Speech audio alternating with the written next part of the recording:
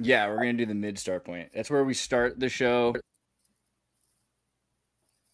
You're muted somehow when you started the See, this show. is exactly But I didn't get why muted. we.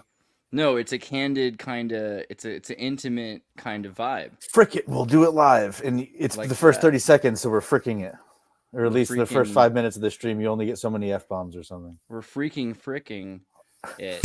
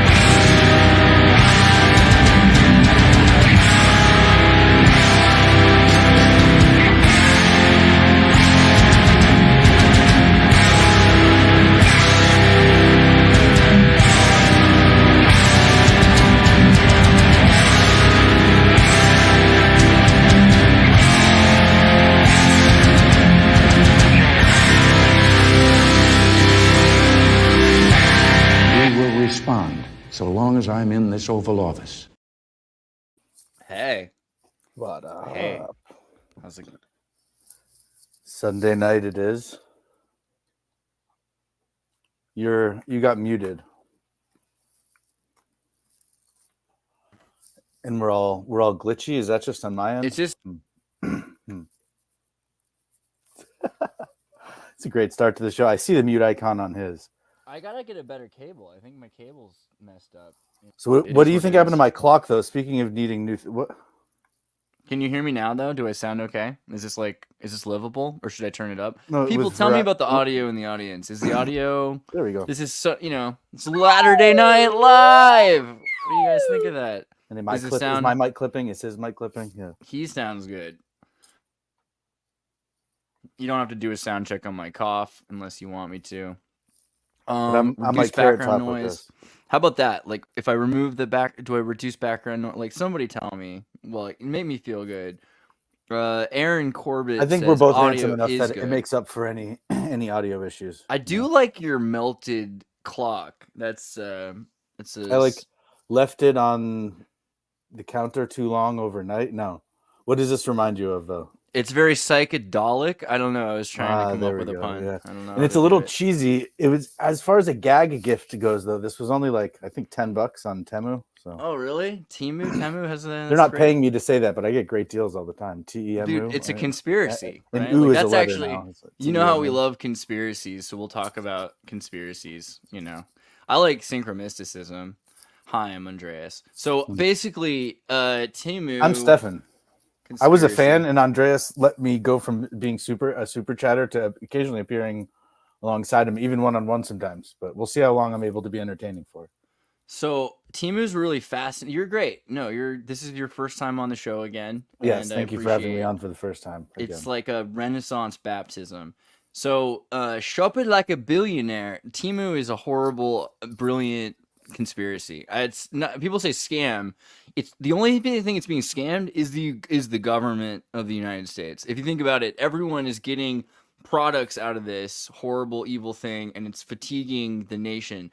But they've figured out the game of service economy, so they're essentially taking over shipping around around the world, and they put billions of dollars, hundreds, I think it's like hundreds of billions of dollars or something like that. It's a total Chinese government.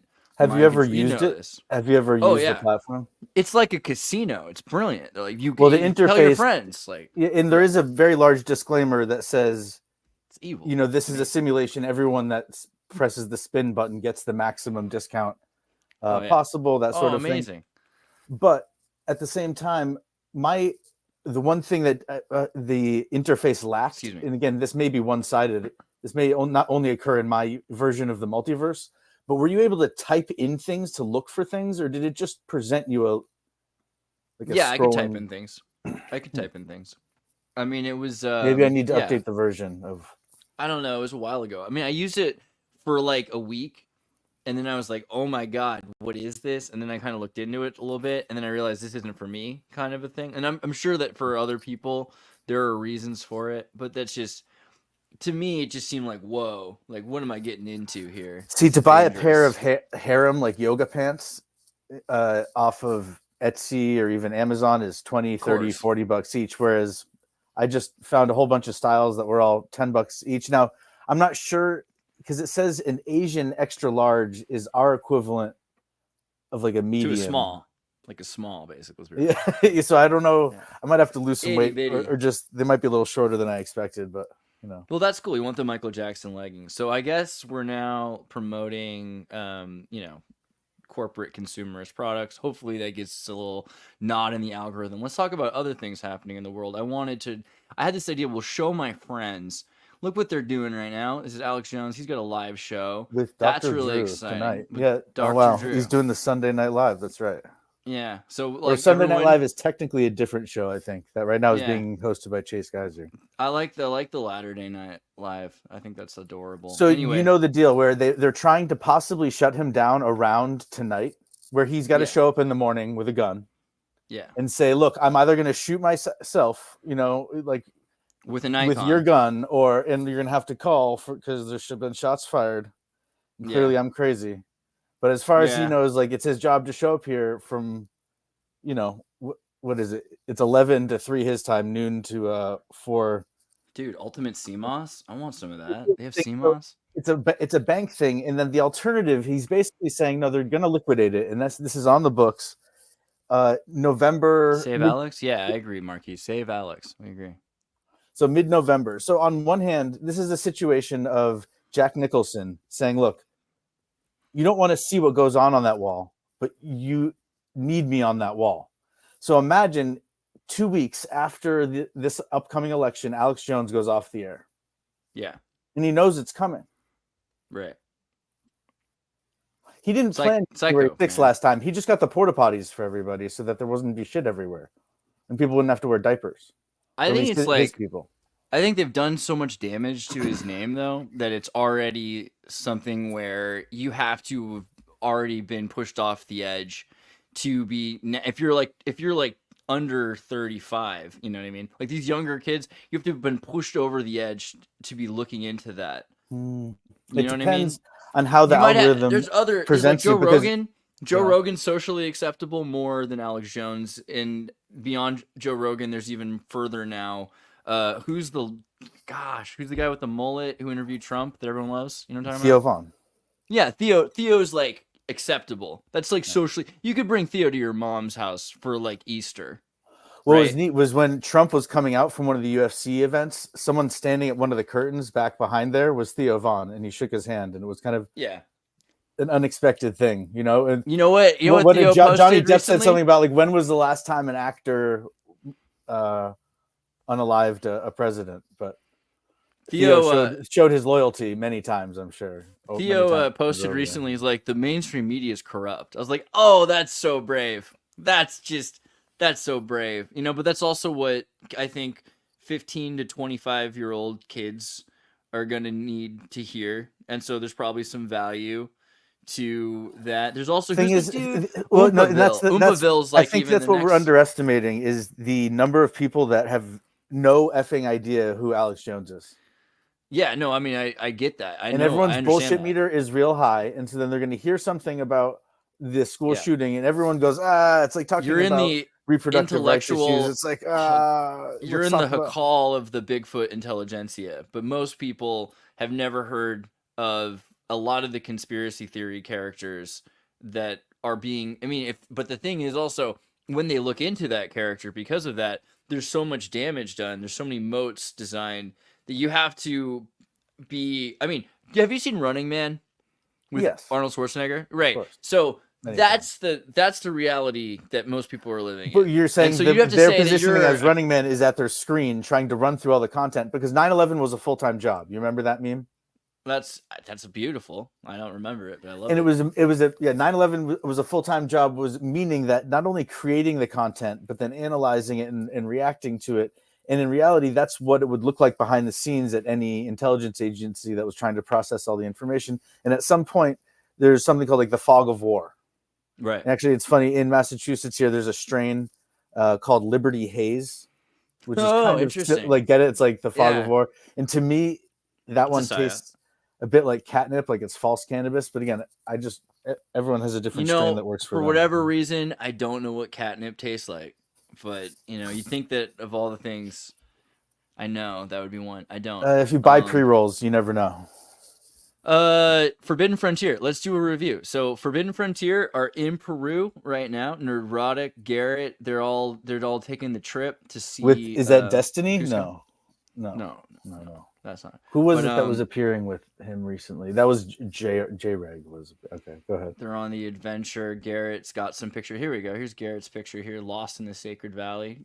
I haven't been to Peru in like what 5 or 6 years. 6 years. It's harder to breathe up there, isn't it? It's not so bad. it's like because I went to Sucre first, which is Nepal elevation levels, like 13,000 feet elevation.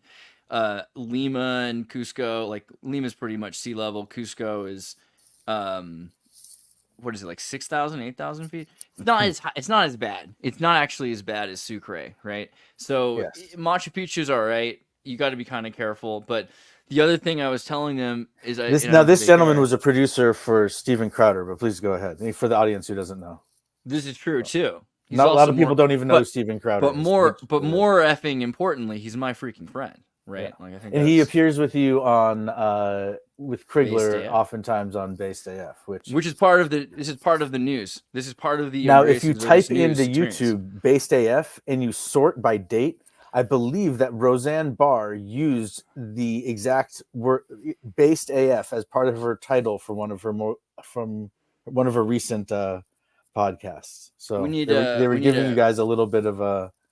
No, you're supposed to sue them or something so that your lawyers can meet, because clearly you guys need better representation, anyways. There's definitely, I think we got to figure that out. Krigler's amazing. There's actually some news I was going to have about that too. This is Adam Krigler's most recent endeavor in 3D printing. I'm sure he's going to be able to share this himself, but fantastic breaking news. He's made his child's first rattles, and I thought he was trying to cheat at chess. Sorry, bad joke.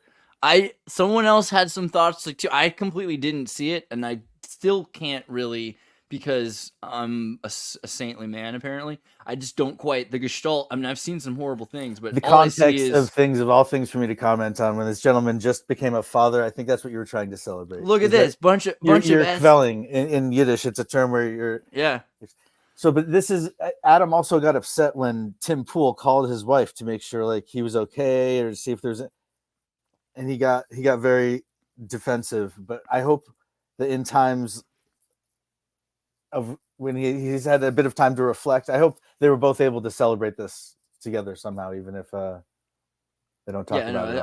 I don't think they play up their feud feud somehow. But I'm pretty sure that there's a recent emotional blockage. But yeah, they're turning spiders gay, and that's fabulous. If you ask me, I think spiders have dealt with enough feminine violence, toxic violence, right? Spiders endure a lot of that. So but yeah, so I wanted to bring up again Sacred Valley, Peru, really exciting. Everyone should look forward to rainbow spiders are the canaries in the coal mine oftentimes when it comes to oppression and repression. Yeah. And people being targeted for being different. And I seem It's to almost have, it's pretty much as dangerous as admitting you're a Jew. Throughout history, collectively over time, admitting you were openly homosexual was probably, or bisexual, or would would. I know there were phases and eras and times and places where that was not the case, and there are places and times in the current world where that is also true. But that might bring us to the next news subject, which is Ryan Long's new 1 hour special. I watched that actually. I thought it was fabulous. I thought it was great. One of the things he brought up, he's like, being gay is not a choice unless it's like, being super gay. Like, if you're, like, if you do you wake up every morning and feel like you have to put on the rainbow T-shirt? Like, you're like, no, why do I have to do this? Like, because that's different than just being gay. And I get his point. A rainbow tie-dye shirt was just a way to be a hippie in the past, and then somehow the right combination. If you have at least 2 or 3 of the primary colors, people are just going to start. And again, regardless, I think people are way too interested and concerned about what other people do or don't do or fantasize about doing with their things between their legs. And Indeed, the idea that that's the most interesting thing about someone, or something that when someone admits to being a furry, it's just such a specific thing to talk about. It's like it's interesting that they're still calling JD Vance the couch fucker. Yeah. There's a great Cakes we're at least album. 10 minutes in. I'll limit it. I think we're good. 16. Cake's most recent album, which is still like 10 years ago. Cake has "You'll Receive the Federal Funding" and the song about your Italian leather sofa, which I think is clearly about Italian fascism. In Good Will Hunting, he goes, "Dude, that's my freaking baseball glove from Little League." Because he goes, "Oh, sorry, there weren't any paper towels." Dude, it's not your fault. Oh my god, dude, what? It's not your fault. It's my freaking baseball glove. It's not your fault. You can't even replace that. It's broken. Oh my god. It's not your fault. But see, my theory about because the rumor about JD Vance, the vice presidential candidate for the Republican side, for Donald Trump, having dry humped his couch essentially. Yeah, which comes from a movie, by the way. It's from Haiku Tunnels. I feel like that's like the original. American Pie. The movie was named after the fact that some guy. I don't know if it's dry humping when it's an American Pie, but yeah. There was this great movie about a temp from Uniforce who was a red diaper baby. I think was the book that he wrote before this, and it was rather popular where I'm from because he's from the East Coast, and so a lot of New Yorkers who grew up with Stalinite and Trotskyite parents or whatever, they ended up in California, and then you raised a bunch of these Adlai Stevenson kind of socialist Democrat Californians. So you have in the redwoods of the red diaper babies, you have the redwood diaper babies, right? So then you have this, yeah, for real. And then from there you've got in San Francisco people that, this is, you gotta understand, 20, 30 years ago, even, 20 years ago, people weren't quite as socially accepting of the insanity, the anti-Darwinism that we are now. So anti-Darwinism emerged in California, and I would call our society today anti-Darwinist because you have these anyone can apply kinds of mentalities that really are subversive because they're teaching that only the most extreme failures are able to achieve this plaque of success or of acceptability of DEI, right? Whatever we're saying. Going back 20, 30 years. Like, this apartment is only for someone that has extreme incapacity to exist in the natural environment, right? And so eventually you have the anti-Darwinist society where it's like, we're going to make sure that if you could succeed, we're not going to give you a job. You can go get a job somewhere else, right? We're going to make sure that only jobs go to people that couldn't normally get a job. We're going to make sure that housing only goes to people that couldn't normally get housing. And you do that for a few generations. You systematically synthesized an anti-evolutionary civilization, right? Or at least, and then in certain districts where all of a sudden people have 5 times the square footage because they're living in lofts. Now, granted, they're not that well insulated in the winter, but they're allowed to do art shows late into the night, and everything they do is over the top, and there's always people around, and it's like a rule. There at least has to be 5 people smoking cigarettes outside at all times. Otherwise, they wouldn't really be artists, I think that's like Aldous Huxley's Brave New World, though. It's like classism. Like, okay, you get to be a beta, you get to be a delta, you know, you get to be a sigma. This is kind of what Kurt emerges. Vonnegut's one of his short stories, I think Welcome to the Monkey House. I don't know, there was a city and it was divided up for the engineers, and I'm not sure if there was a sliver for the artists. So it was like the designers or something, and then there was the educating, the Villanueva, the Newtown, but what we were saying before about. Well, I just want, we briefly wanted to bring up the whole reason I brought up Haiku Tunnels, right? Because of JD Vance. Is that a and fleshlight? we're going back to JD Vance. It was JD Vance. I promise we're going back to JD Vance, and I won't let you lose your thought. But that this is actually one of those glue sticks that you have foam at the edge of a giant container of glue, and then you can close envelopes with. And so this Trotskyite red diaper baby, who's now living in San Francisco's character, is a temp, right? A temporary secretary that loves being a temp because they never have to stay more than a week or two, because emotionally it's just so impossible to handle the investment in these people's lives because it's just so overburdening, right? It's so burdensome. So you go through that for like a week or something, and if they try to offer you a job to stay perm, you leave and you go with Uniforce, which is this kind of ambiguous company that basically doesn't exist, that just send, when they need a temp, right? And that's kind of his whole existence. And what he thinks about all day. Yeah, usually when they hire you, they're just trying to get you to work overtime unpaid, or I don't know. I mean, did you hear that there's not only no tax on tips, but no tax on overtime? Which is an interesting. Yeah, that was one of Trump's new on the campaign. No tax on overtime is brilliant, because especially if you're like working in like media, like if you're working in production where you get like paid twice or three times because of unions. Okay, so the whole point is, and then is it overtime over 32 hours or is it over 40? And then that's the next discussion. But yeah, no, I mean just like even in the day, if it's an 8-hour day for film. But so this is his bed, and his bed is actually, it moves and it like pulls the sheets at itself, and it's constantly calling him to the bed the whole time, right?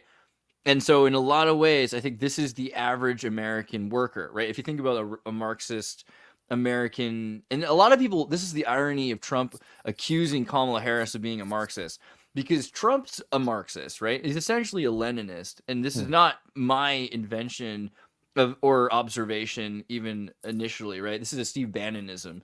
That he's Trump Leninism, because he was an iconoclast and then became a populist candidate. He created essential workers. He created essential sustainable businesses. Like he created unilateral centralized decisions. I thought you meant he created the term essential workers.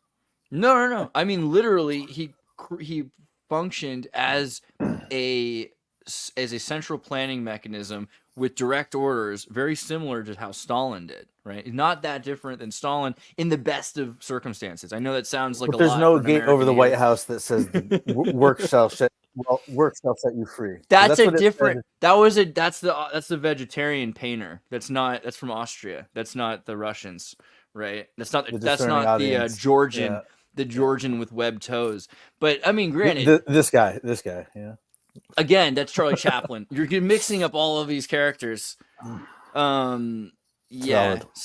So wait, but you wanted to talk about JD Vance. I just had to bring up Haiku Tunnels and Marxism and how you tell me, did this get lost in the haze of liberty or the fog of war? So where did the rumor come from, and why is it being perpetuated?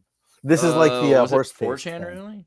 JD Vance. I think he said he loved resting or something like that. The couch, like his wife made him sit on the couch. What was it? Okay, let's look at. So what I heard is that it was just someone basically made it up, okay, and it made one or two news cycles, and it was such an embarrassing thing to even say, but nobody fact checks things, even the simplest things anymore. He definitely played into it though, because he made a joke about his wife saying he was going to have to sleep on the couch and how he thought that was all right or something like that. Like he let it work. You know what I mean? And so my other alternative theory is that for localizing, because certain books, movies have like a nationwide rating. They're PG-13, which is like a specific age, they're right. R-rated, which is meant, or they're NC-17, or for in more extreme cases. But when you have books and stuff, and are they being recommended into certain age groups, they may have edited out certain portions of the book in order to release it in certain areas and localize it so that it would sell more copies, because if it's on a school curriculum list, you're going to sell hundreds of copies right away because everyone's got to go out and buy a copy, and then their parents end up reading it too. So my theory is that it's called the Manuela effect. Have you heard of the Manuela effect, Andreas? No. What's the Manuela effect? well, it used to be called the Mandela effect, but okay. The whole time, no, it's actually been called the Manuela effect. See, I'm going to start this. I saw this online. The Mangala effect, yeah. So I can't say like I was the progenitor of it, and I think I can trace it back. But I think you should also just start calling it the Manuela effect, because everyone wants to say, like, first of all, what is the Mandela effect? They're like, no, it's called the Manuela effect, and they're going, no, I swear I heard it before. It was the Mandela effect. And you're going, no, the whole time it's been the Manuela effect. So. It's kind of one of these like next level moves you got to make on people, and yeah, they're doing a Forbidden Frontier thing where they're showing off all the rocks that look like some sort of like destroyed ruin here. I recommend people check that out later. But wait, is that with Matt LaCroix? No. Yeah. Did you want like an analysis? Dude, he's the man. He gets out there. What's up? So okay, here's an analysis on JD Vance and the couch. The couch symbolizes more than the domestic comfort. It's a dialectical site of tension between the so-called American dream and the proletariat immobility. Like the bed in haiku tunnels, where the resting proletariat cannot escape their subjugation even in sleep, the couch represents an illusionary escape from the hillbilly, a place of rest but also a zone of stagnation where one is bound by their class limitations. The couch is, in a sense, not just for reclining, but for the bourgeoisie fantasy of aspiration without action, right? I think that's kind of the point of the couch, right? And also, because if you could think of the couch as like a Lacanian object petit, like an unattainable object of desire that we're all trying to get to. What do we do with beds, right? What do we do with the couch? Like, we get sent to the couch. You know what I mean? Like, we buy the bed. Like, it's a capitalist fantasy to but in modular mattress. housing, or if you live in component furniture, the bed kind of is a Murphy bed, and it always goes up against the wall. Dude, I love Murphy beds. Right? It's the best. I love Murphy beds. But I'm someone who is able to oversleep without rolling over and feeling miserable about myself all the time, and like that probably has something to do with latent brain chemistry, and I don't take it for granted that everyone else. I think most people symptomatically, if you saw them sleep as much as I do, you'd assume that they're just miserable, that they're just sad. Is the couch free? Aaron's got a point. Is the couch free? I don't know. So I want to show that. You used to be able to surf on couches. You remember that thing? That whole yeah. Dude, I was really good at that. Oh my god. So I'm just gonna show you the scene. I hope I don't get in too much trouble for it. But here's the bed again, and then like look at the bed will just like it dances a little bit. Oh, you can't see it. Hold on. Well, let me show you. All right, it dances a little bit. See that? It's just like, yeah, I want to be here with you. I love you. I'm your bed. Get in me. You know what I mean? You know what I'm saying? Yeah. See, that's basically that feeling of pulling back the sheet. I understand JD Vance better than most people. That welcoming feeling was how it felt when I was an undecided voter for a long time, Andreas, and I just want to use this opportunity to announce to your audience and the rest of the world and embed this in YouTube's time and space over, for eternity until you decide to delete your channel. In which case, I hope maybe you won't delete. Luckily, like, wouldn't even matter because, like, at this point, my videos are stored on other systems. No, but so here's what I finally figured out who I'm going to vote for, though, Andres. Are you happy? And the one thing that really pushed me over the edge was at first I heard that Dick Cheney endorsed Kamala Harris. Right, those stands. And then not only did I hear her brag about it, but her vice presidential candidate also then reiterated the bragging about it. Dude, my mom was excited about it. I was like, dude, that's wild. How could you be so stoked that you're voting for the same person that Dick Cheney is? I mean, like, what drugs? Because I'd like to try those drugs, actually. When the wild. KKK guy, was it David Deutsch or something, endorsed Trump or something, David Duke or what? Trump said, like, thanks, but no thanks, sort of thing. And, like, was like, I do not accept this endorsement. Yeah, it's like the KKK endorsing you, right? It's sure like that they were supposed to do that. Right?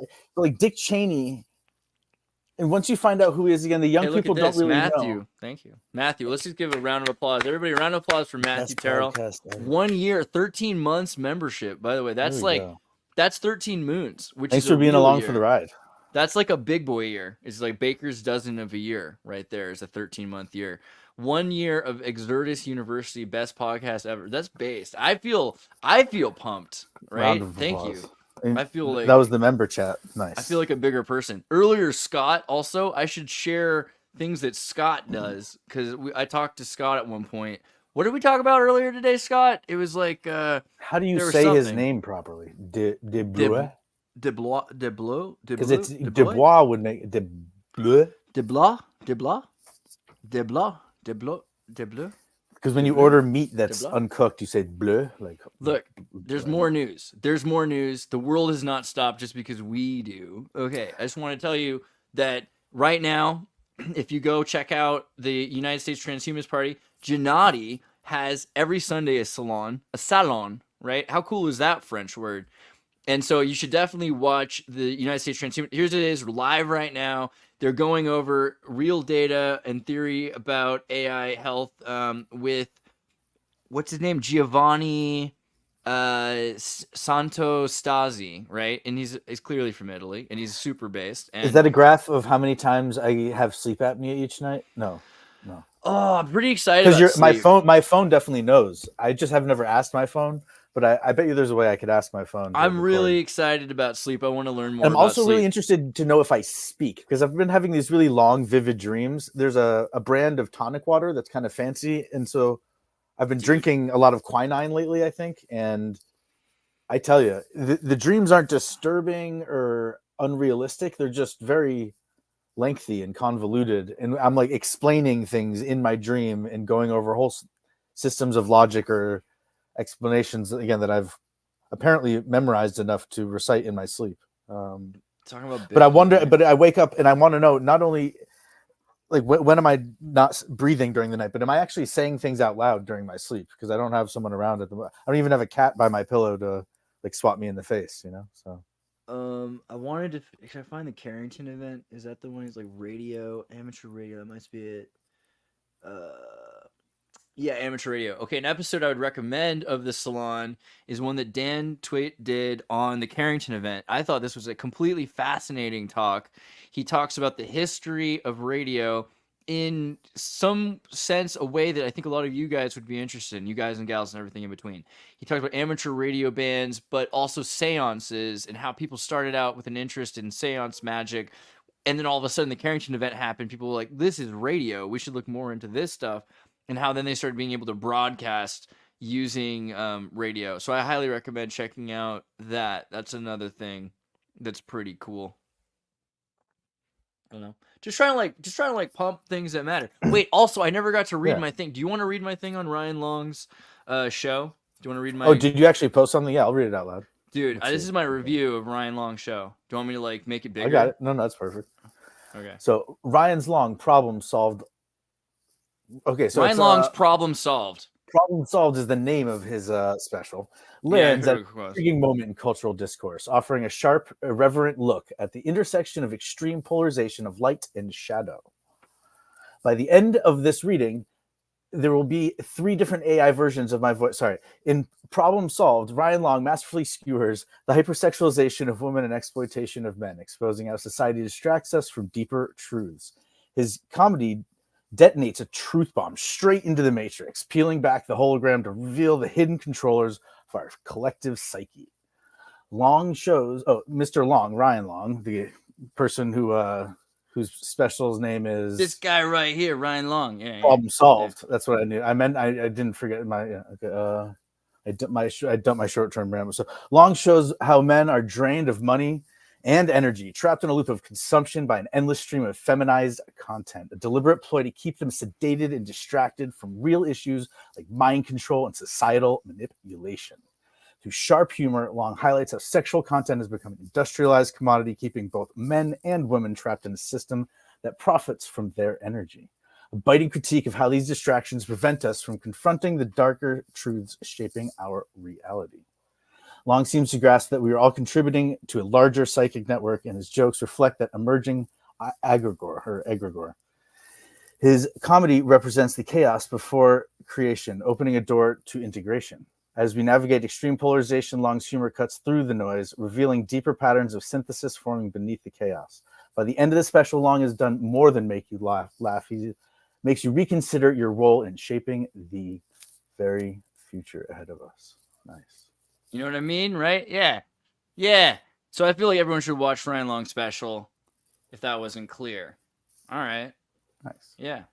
Cool. I'll look for other things to share. I was going to show Scott's page too, because Scott had something earlier. What was it, Scott? Do you remember? Did you tell me? See, sometimes you talk that fast, but reading that fast, I think I was able to comprehend everything. And that was a hand stitched by you, or did you use AI just to? No, that's just how I talk.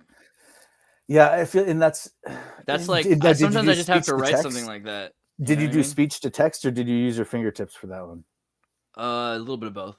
I use my phone for sure. I started finally doing the thing where you like the swiping to write words, because I used to just do the I used to do this, and now I do the freaking. You're a friggin' wizard with that. You got to be wizard with friggin' everything, of course. You got to do that, or else it doesn't help. But I never learned to touch type. Yeah, but I'm pretty good. I'm pretty good with like my keyboard too. So like that'll be like I'll have my phone and my keyboard, and I can write at the same time on the same document because of cloud, which makes my life feel pretty good. You know. No, I feel like if it's beyond 140 characters, people of a certain age now, they're the ones who aren't allowed to smoke cigarettes in Australia because their brain never really actually develops beyond a certain point. And they're like, why are you spending all this time to write something down just to post it online? And like, hey, young ones, people used to do that in order to write it down in their journal and then put it in a drawer that no one was going to read. At least you're like posting it for a few of your friends or whoever wants to read my opinion on this. Here's something that's like somewhat neutral that I'm willing to put out there. And the practice of composing one's thoughts, and then when one questions their ability to function as a human being, sometimes when it comes to either sleeping too much or not enough, it's a good way to check back in with your functioning. It's not about, do you like my art? Is my art good?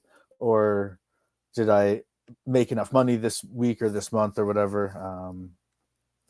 Or did my investments did I buy the right dips and sell the right highs when it came to cryptocurrency this week? I don't know. Because apparently that's a thing. Where the sunflowers I'm gonna check out the chat here. They say all dogs go to Got heaven. some F's. One got some there for sure, I know. Like I came up with a bunch of puns and word plays. If you want me to go through a couple of those. Yeah, it'd be good.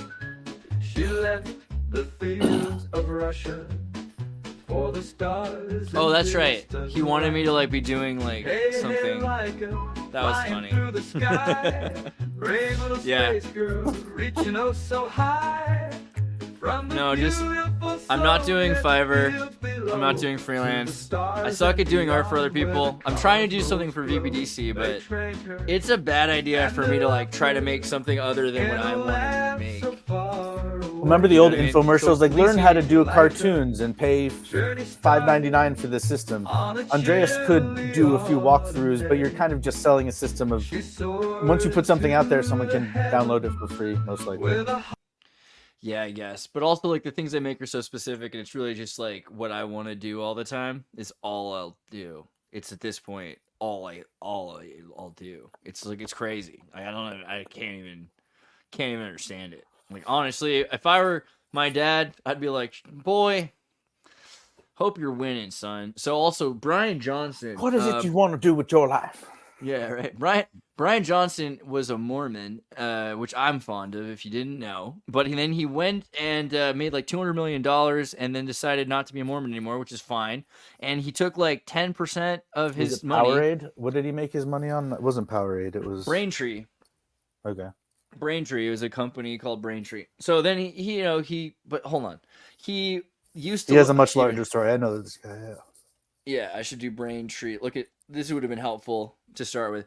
This Mormon looking guy right here, like clearly eating like frozen foods and not taking care of himself and coming from like Icelandic stock, okay? Living in Utah. That's the same dude, huh? That's the same bro. And then what he ended up doing was like as he was going bald and gray in his late 20s because he didn't sleep ever and he was horrible, made $200 million selling Braintree. And then he's like, all right, I'm going to take 10% of everything I have and invest it in becoming immortal. You know what I mean? So basically he went from spending his money on the church and everything to like spending his money on trying to make an open source, what he calls blueprint of how to live your life. And while this isn't like a Gattaca thing where he's like, this guy's an imposter and has that guy's fingerprints glued on his fingers at all times, and not quite. Isn't that what you would do if you had $200 million? Is you'd pay some guy who's like willing to be you? No, what you would do, pretty much like you. And what you would do is like you would spend as much money as you could to try to save as much life as you can. Like if you basically if you hate your life, you know, you're gonna like try to die quickly. You're like live fast, you know, burn candles at both ends. But if you like your life, hopefully you're like I'm gonna try to have as much life as possible. Yeah, see, now that's interesting. He's pursuing youth, but young people make stupid decisions and die all the time. Well, he did have some weird experimental like clothing, which is I think really fascinating actually to see a Mormon guy all of a sudden move to California and go to Jeffersonian brunches.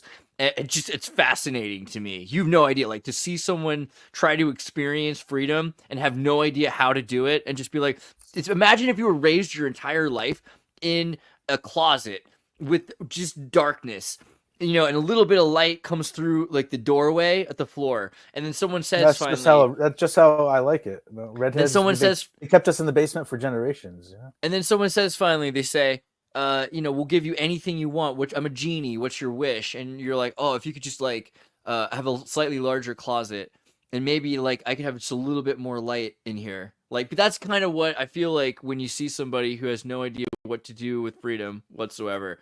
And so here's this guy who is his archetype. During what times, though? Yeah. Well, his archetype is Lucifer, because the Mormon version of Lucifer is very different. Obviously, it's like the brother of Christ in a sense, who's decided that human choice is a bad idea and that humans should just do the right thing. And if they do the right thing for God, that'll be good. And then instead, Jesus comes along and says, no, you should have free will and all that. But free will is what you get you drinking and smoking and sniffing glue, right? Think about the parallel of siesta versus fiesta. Do you like them both? What's your question? Right. And those being the two paradigms, it's like either it's a safe time to fly your freak flag or it's not. Whereas in Massachusetts, we did just legalize Massachusetts, but it might be World War III. You legalized Massachusetts? I don't think. Did I know we legalized marijuana? Yikes! Thank you. That's the Massachusetts topic. We prohibit your. That's the Massachusetts. Okay? I'm not as think as you drunk I am. Okay. All right, that's fair.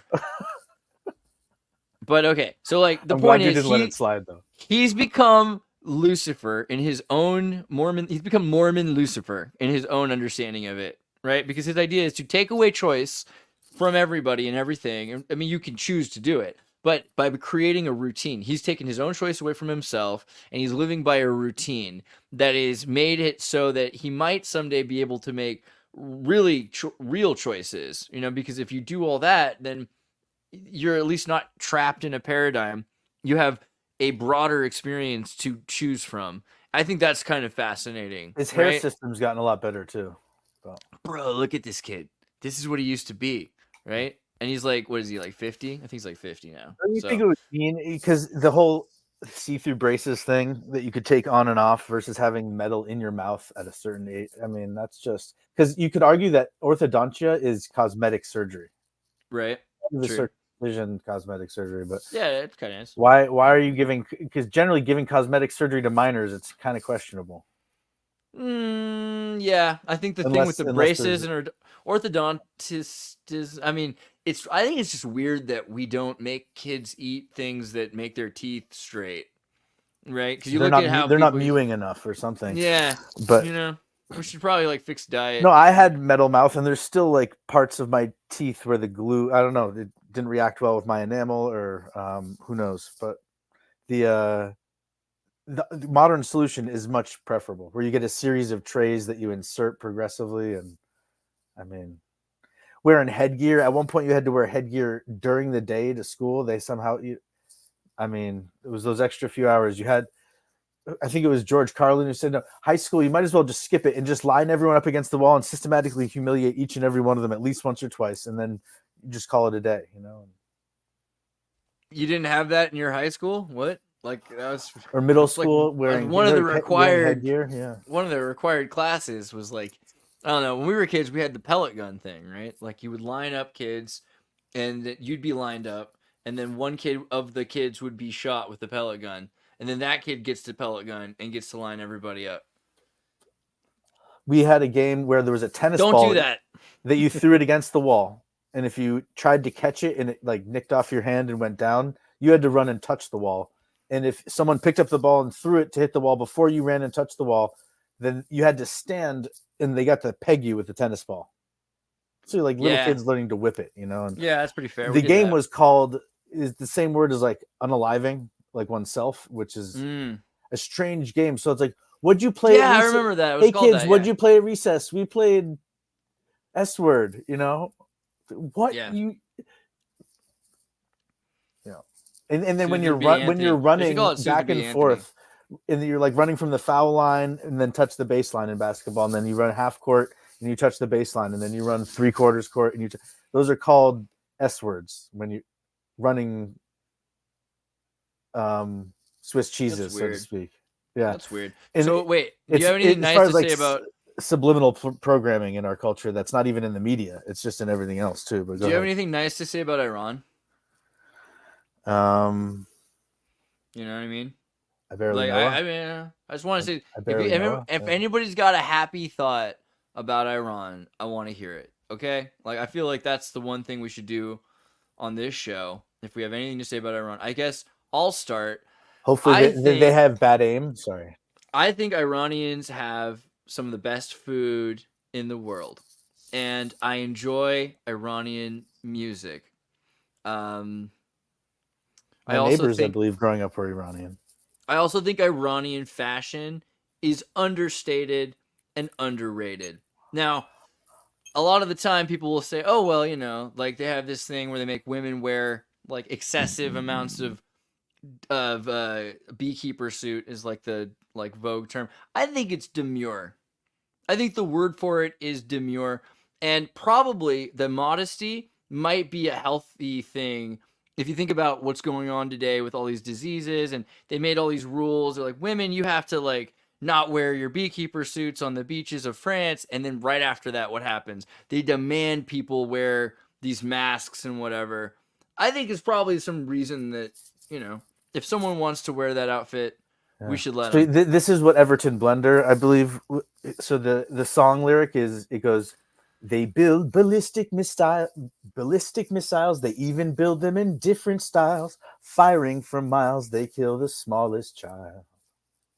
Hey, why do we really have to war? And yeah, it's a nifty little rhyme. They build ballistic missiles. They even build them in different freaking styles.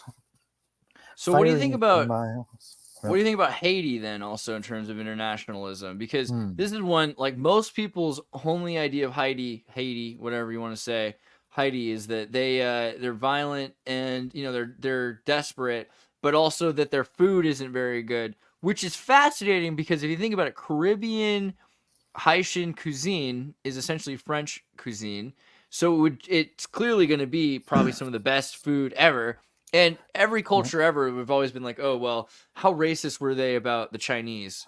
So the Chinese eat dogs. What I cats. learned, isn't it exactly the same thing every time a new immigrant culture comes to America and is about to have a new restaurant? Well, Haitian and so that's probably like the best food. A lot of people, this is their first time hearing about Haitian culture, Haitian people, and realizing that, yeah, the homeland doesn't look like it's such a safe place, and you can see why people would want to be anywhere else but home, you know, and being deported feels like a death sentence for some of those people, I guess, or they'd rather you send them anywhere else other than back to the place they managed to escape from.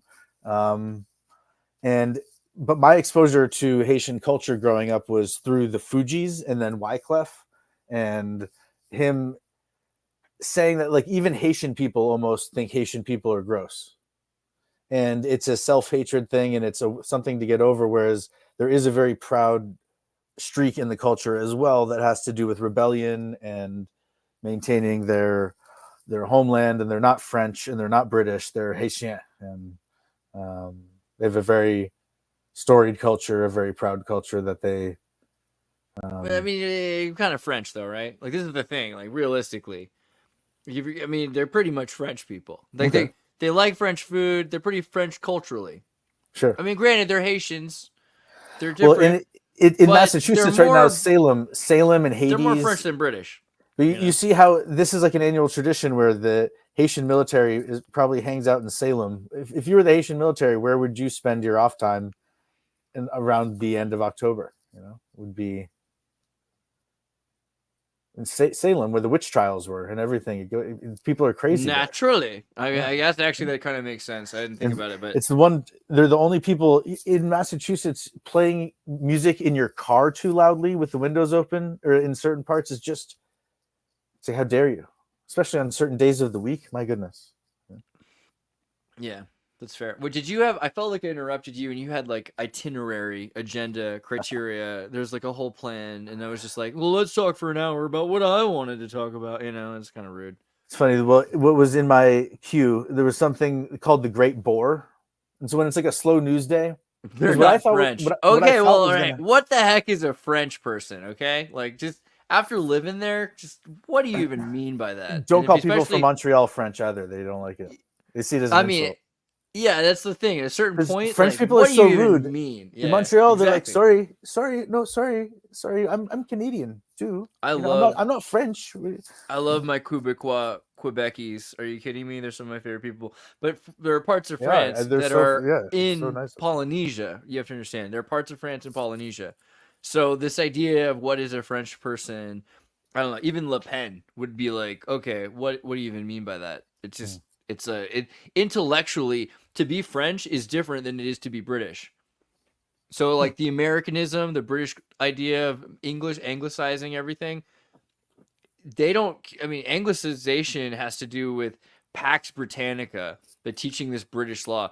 French culture is so much more disciplined that they're not gonna make you make bangers and mash if you become British, right? Like they eat curry, they don't care. They just want you to like use their legal system. French people want you to eat Yes. French food. So in French people maritime want you to law, maritime law French. is a big thing.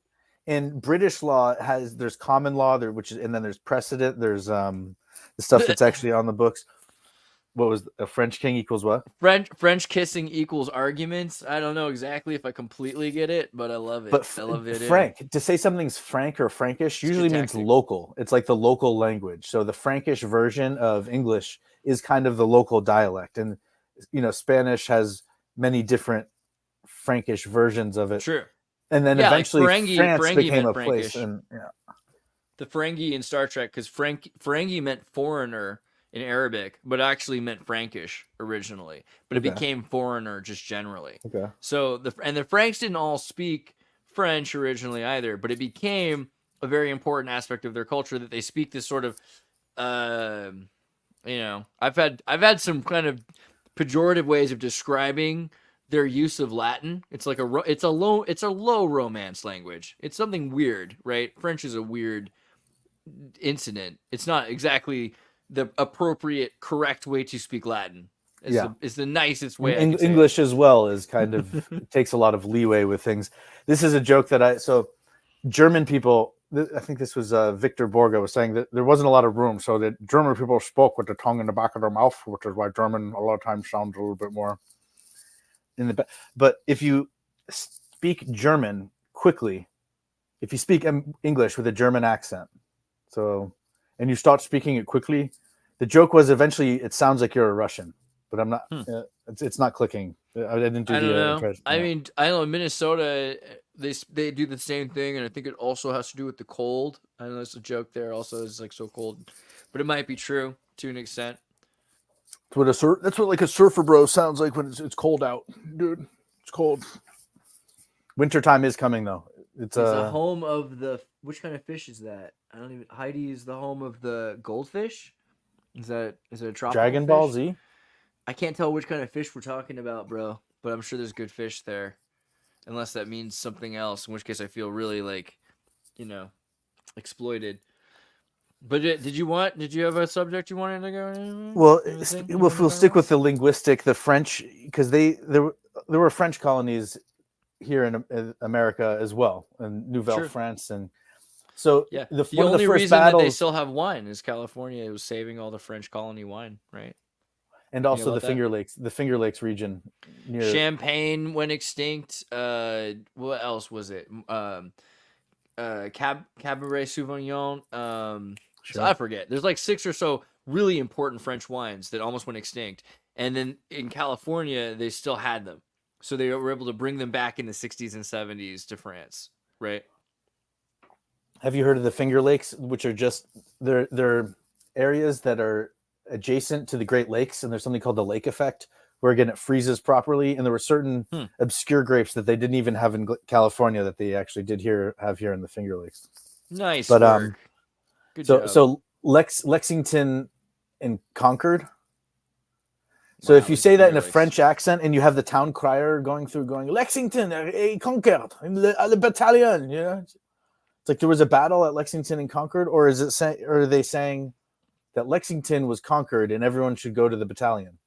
This is like a base location. I was just thinking earlier today about Mind Control of the CIA and College Rock. And thank you. This is the map of it, right? Rochester, Syracuse, and Ithaca. This is where they did it all. And think about how crazy College Rock is. Like, hey, you know what? We need to make music for like educated white kids. Let's make College Rock in 1987 to 1995, right? Yeah, being a rock star, by the time you're 20, if you're from this area and you're really good at guitar, you've already been in 7 bands. You're like kind of over it, Yeah. What was that College Rock song, Crush Love? I saw it earlier and I was like, oh my God, this was just... doesn't matter. Anyway, so wait, you were talking about the Giant Finger Lakes because they Giant had Panda French Gorilla Dub colonies? Squad came out of there. Giant Panda Gorilla Dub Squad and John Brown's Body was another Rochester reggae funk band kind of thing. Oh, look at this. This is some nice stuff here. So yeah, but this is interesting area for the kind of brick architecture, the copper, Antiquitech. Dare we say Tartaria with the windowed basements and everything below there. I mean, and I just love that mud area. flood at the basement. I just love that area. It's a weird spot. It's a good place to go to college. See, I love the mud flood analogy because outside of the devastation that's occurring in the country right now, which is nothing, there's nothing lovely about any of that. But if you've been following the Tartaria community, mud flood referred to, on one hand, a lot of people end up watching these videos when they're on the John. So really? there's the bathroom humor version. Yeah, a lot of people watch videos on the John. Is that like a I think thing? even they tested Anderson Cooper's phone on air with like a Q-tip, and they were like, "Oh, fecal chloroform." So that's it's like horrible. I mean, it's not horrible. Bathroom books was a Seinfeld joke, but unless was always do you have like a a thing, separate phone for? No, I don't know. Anyways, reading, right? I thought case. everyone reads. No, there you used watch to be videos? bathroom books on there. The videos. But so mud flood is one joke, and the other joke is that when you see all this stuff and you see all the pictures together, and you realize that must be this hidden history. Either architects faked it, or people are faking it with images, and then it makes you shit your pants, so to speak, because you're like, oh my God, Tartaria existed, like, or Atlantis existed, or Pacifica existed. My God, and it makes you, it's like a release. Yeah, it's like holy shit, and like that's like really like, yeah, makes an academic fascinating, right? And then there's the mud flood issue of.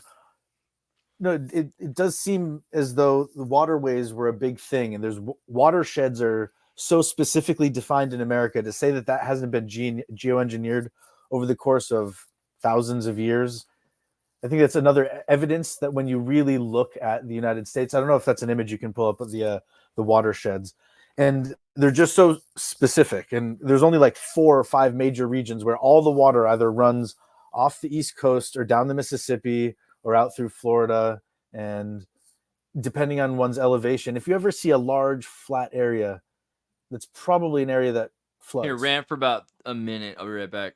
Sure. Well, what do we have here? This is these are continental divides, but I'll rant over the image anyways. So So the one thing when there's a slow news day, I like to reference in Massachusetts, there was something called the Great Bore. And in order to get trains and goods out through the mountainside from the Hudson Valley, from the Erie Canal, they decided they needed to dig a tunnel through a mountainside. And it was, I think, a little over a mile long. And this was maybe in the 1800s. And so whenever there was a slow news day, you'd get an update on the Great Bore. And there's kind of this double entendre meeting there where what do you do when there's a slow news day? Now, what I was thinking outside of the Great Bore, if you want to look into that, all this mining technology and the fact that people did go missing inside a number of times. But what I thought was going to be, and may still fill the news over the coming weeks, is other people who get a chance to take a crack at the vice presidential spot. And I'm going to ask Andreas when he comes back.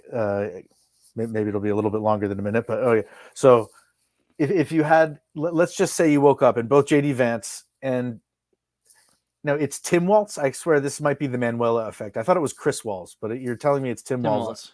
I didn't save her screen. Yeah.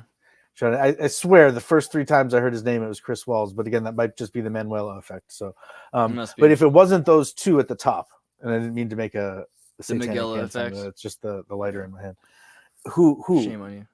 Because think about it. Would Hillary Clinton have won the primary? Think about it. If there had been a snap primary, we'd be facing this would be Frazier Ali 2, dude. Are you kidding me? And it would be so exciting, and you'd have Donald Trump talking shit to Hillary and Hillary talking shit to Trump again, and they'd have like 3 more debates, and the ratings would be through the roof. But somehow we because in other people would have gotten momentum for the 4 years ahead, and somehow by Kamala, I think the electoral college is like people keep forgetting. So I don't know. People want Elizabeth Warren, the red, white, and blue pill. You saw the Elizabeth Warren ad. A vote for Jill Stein is a vote for Trump. The DNC dropped a pretty brutal ad recently. A vote for Jill Stein is a vote for Trump.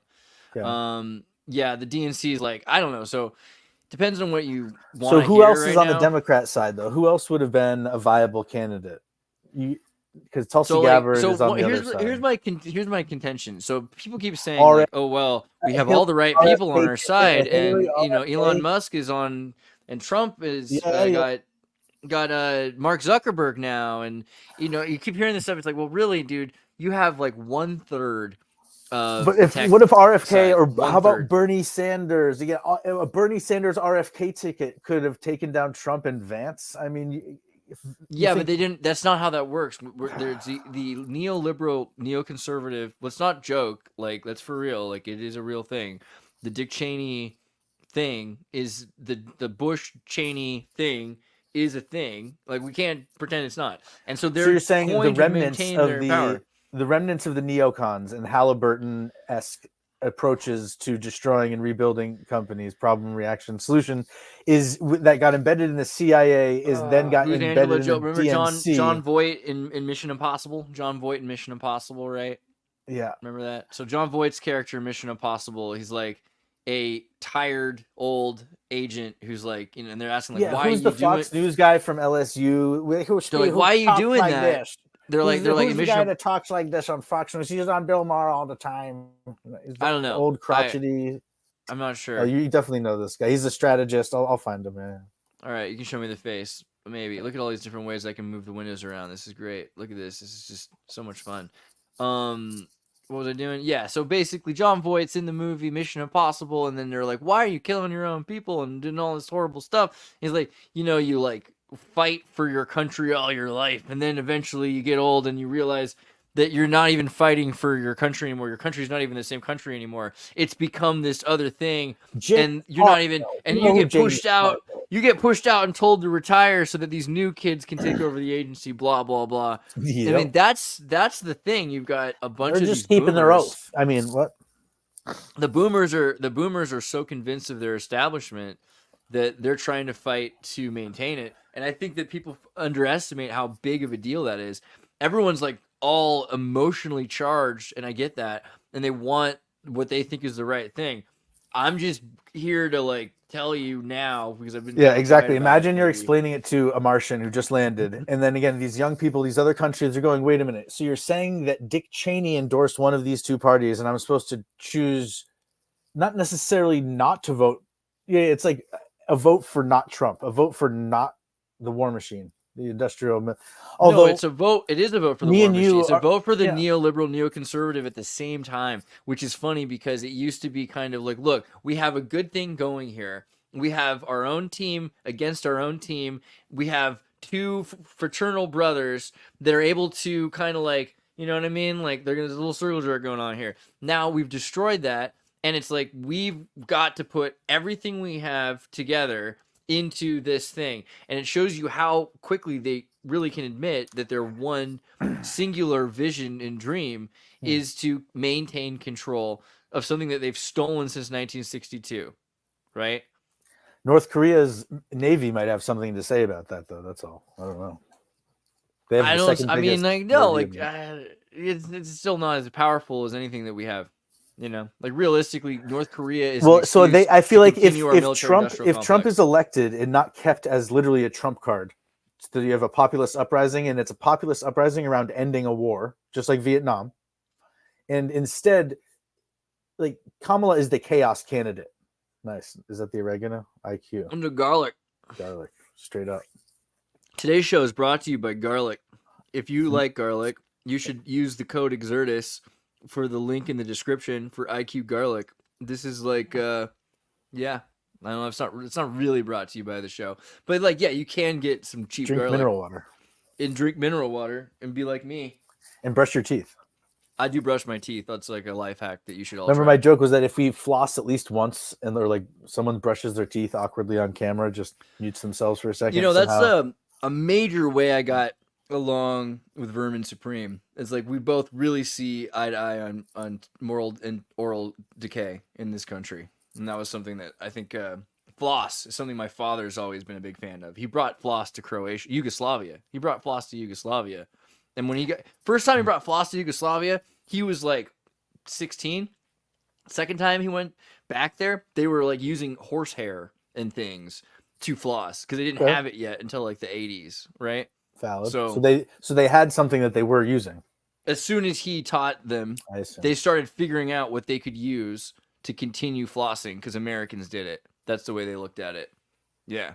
So like our village have good teeth, I guess. I don't know. Well, the life expectancy when America was founded for men was what, 45?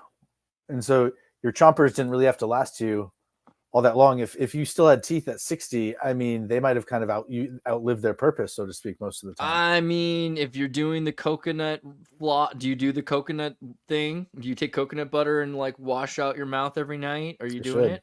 You should But be doing after it. I had braces and my father would catch me opening something with my teeth, like a packet of Oh chips. yeah, never do that. He would say that's the most expensive pair of scissors I've ever seen, because again, Oh, he was I the one love your paying for my father. braces. Isn't Oh, that a I funny? love your It's a pretty father. dad thing to say, and it would usually get me to stop doing that. But Wow, that's good. That's pretty good. I like it. I was my New Year's resolution not to bite my nails this year, and I think I've only caught myself doing it once or twice, and I would only get 1 or 2 nails in, and I'm a big boy now, I'm a big boy now. What about the hurricane misinformation? So a bunch of people are actually I could go to a better source for this. Rob Dew posted earlier on this, but a bunch of people have been talking about the weather manipulation conspiracy, whether or not weather can be manipulated at all. I thought it was funny because they posted it like this. It was CNN. Government deliberately steering hurricanes is a complete lie and conspiracy, and you could just tell from this woman's face. Well, it's not the government doing it. The government's not nearly competent enough to pull something like that. No, not our government. At least. There's just some about this Count lady's it. face Count that it. makes me uncomfortable. Actually, like that's why I wanted you to be uncomfortable with me. But the post was great because it's like, well, we all know this, right? Like we show this pretty regularly at this point. Make sunsets and the idea of stratospheric aerosol injections as seen on TV And on it's 1,500 degrees up CNN there. on freaking CNN itself, right? Like they literally on CNN Okay, You use something called a Stratocaster, and you play like the what do you instrument at the mean? right. Like what do you mean it's a conspiracy theory? Like you're the freaking people There's like advertising it multiple for the love balloons of and God. satellites doing it, and planes. Yeah, it's like kind of. Ugh. Yeah, I mean, But yeah, you can make clouds. Look at this. This is crazy. Like, you oh, could we'll have argue like that our clouds that country is bounce a conspiracy. Just all the people that signed the Declaration of Independence and the Constitution, those are the conspirators. It's If you're looking for who legitimately did what it, that definition is. And also, like, a representative democracy is a conspiracy, and even voting itself is a conspiracy. Hmm. You know what I mean? Because you're voting and then you're setting up a system where it's anonymous voting. Especially anonymous voting really plays into that idea of a secret order that's making decisions to run the world, right? Like that's the whole kit and caboodle. I voted once in my life, and it was because weed was on the ballot for Massachusetts. And when I went through, I didn't get the feeling that my vote was anonymous because I had to feed my vote thing into a machine with part of the information face up. So and there was King someone Arthur, else who was there who could look at it. So I have no incentive. I was kind of told my whole life that voting was kind of supposed to be anonymous outside of how they keep track of it on the back end. But yeah, I'm not inclined to go. Again, I live real close to where the witch trials broke out, where they ended up demonstrating sex acts in open court. Yeah, So. exactly. You gotta be careful about voting. Not, close to the epicenter. But King Arthur may have been queer according to Welsh council, right?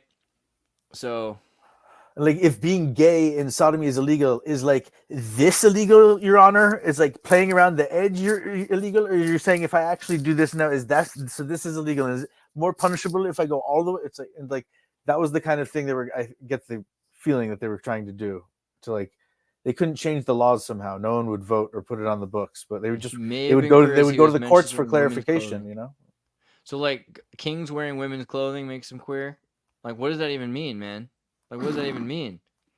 Like, I just don't understand anymore. What are the rules? King James probably was, yeah. No, I'll give you that. Like, obviously, like he was kind of weirdo. I mean, no, like not because of that. That's not the. You say that like it's a bad thing. The joke I make is like, normal. Eventually, is going to be an insult because, like, if I told you, Andreas, your art is like so normal, dude, you'd be like, "Fuck you! What are you doing? Yeah, right. What, are you trying to start something? Punch you in the mouth. Yeah, exactly. You kiss your mother. Fair enough. Yeah. Fair enough. Yeah. All right. Normal. No, but like King James is a weird guy. Like, right? King James wrote the demonology book, and or like he had it commissioned, and like King James was a weird guy. Like he was into magic, and he definitely wore weird red shoes, and like he was a weird guy. Like I think that's fair to say. And I think eccentric. Queer means strange. Like more etymologically, there's something strange about a person. It's better probably than the word gay because gay means like happy. I don't know. Maybe King James was happy because he was a hedonist, not because he was queer or even like homosexual. I think that's the other point that they're making is that you could just be strange because you're doing something out of the ordinary. Well, yeah, being an elite king is pretty queer in that respect. Like socioeconomically. Sure. So the Macaroni Man, it was unclear. He was always surrounded by women and they would dress him and do his hair and his cosmetics and stuff, but everyone assumed, and he acted effeminate because that's why he fit in amongst his harem, essentially. But and one thing I learned by watching your program recently, you were saying, I think with David Plate, that there is such thing as excommunication from Judaism. Now, I was not informed about that as part of my education growing up as a Reformed Jew in Massachusetts, but that's probably why it's called harem. It's called HEREM, not HAREM, but harem. And I was kind of told you can be a bad Jew, but somehow you're still a Jew, which on the other hand is haram. Sometimes you are trying to. Is haram? Is it not haram? Like what? Because haram is the Muslim word, but is it the same for Hebrew? Close. Haram. It's close. Forbidden. Yeah, probably it's like been mistranslated. But I wanted to give a shout out to Terrorisk. What's his name?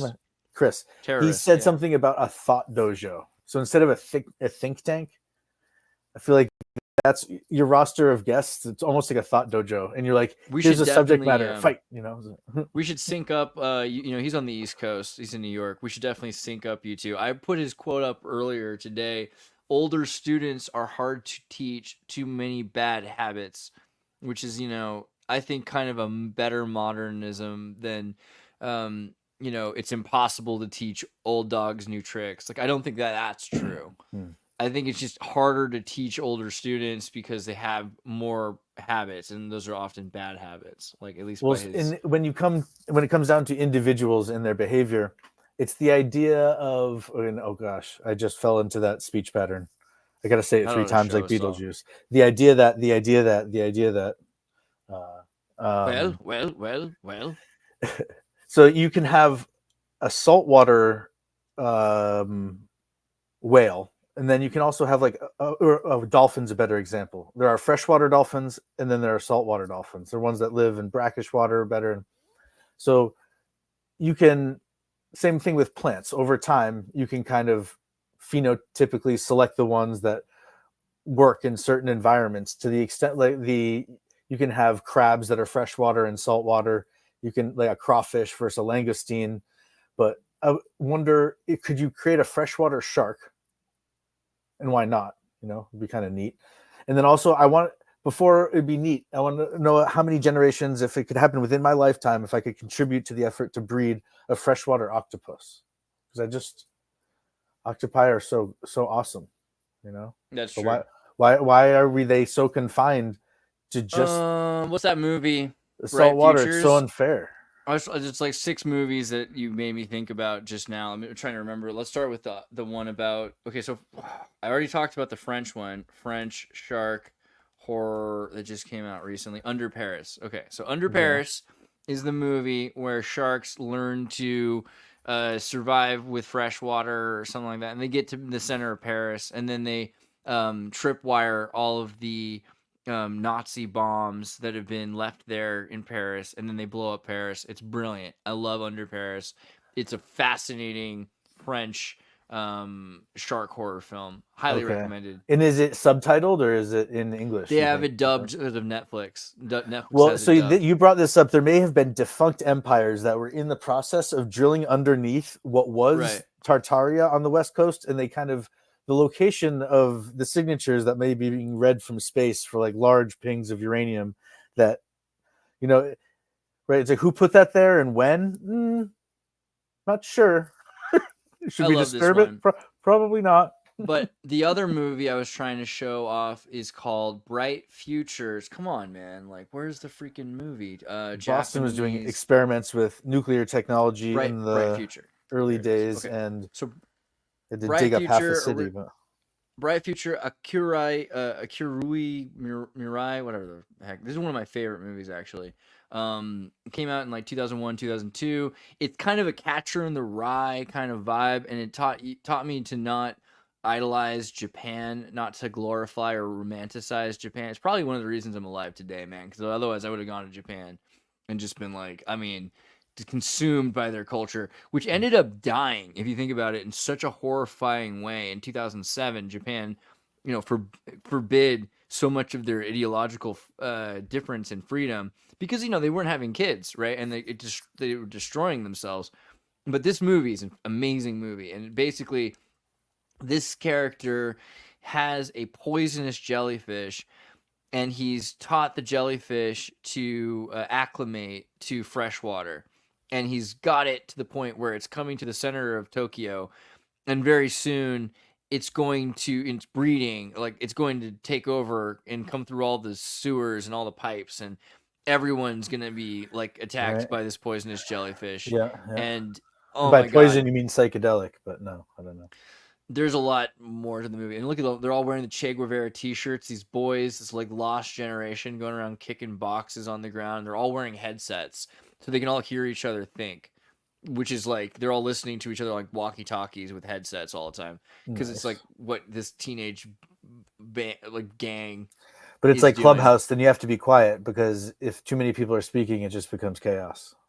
Yeah, I don't know. I really liked Bright Future, and I would highly recommend it. I'm gonna have to find this movie again. But yeah, just in terms of that idea of like acclimating the jellyfish and like not waiting for the jellyfish to return to the sea and all that. Now, there's also a 1-act opera that's about 3 hours long called Sancta Susanna that just being done in Austria and Stuttgart at the Stuttgart Opera House, and supposedly coming to the United States.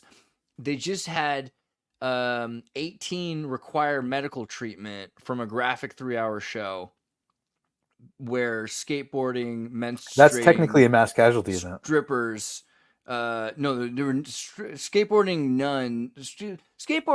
topless stripper nuns with pasties on, menstruating, shot the skateboard out, and it hit like 18 people. I'm not sure how much of this I'm allowed to show, to be perfectly honest with YouTube's like policies today. The irony being, that's a video on YouTube of the trailer. So honestly, YouTube, I don't know where you're at anymore with your rules, because I'm just showing a YouTube video of your YouTube video in a YouTube. Well, It's like, this is like another dimension. There was a mass casualty event at one of the president's, the former president's rallies too, at a Trump rally. 20 of the Secret Service guards went down, which is exactly how many cigarettes are in a pack. And if someone just thought they had a good pack and distributed it right at the end, and well, Paul Hindemith,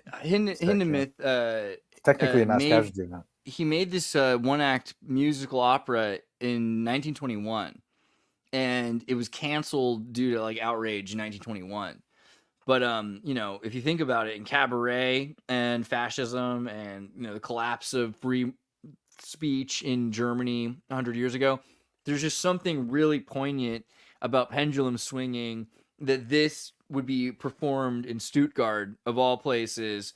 And yeah, there's a dwarf nun who is, you know, held up by like a robotic like arm that like spins the dwarf around, and there's like Eminem songs being performed by another menstruating nun.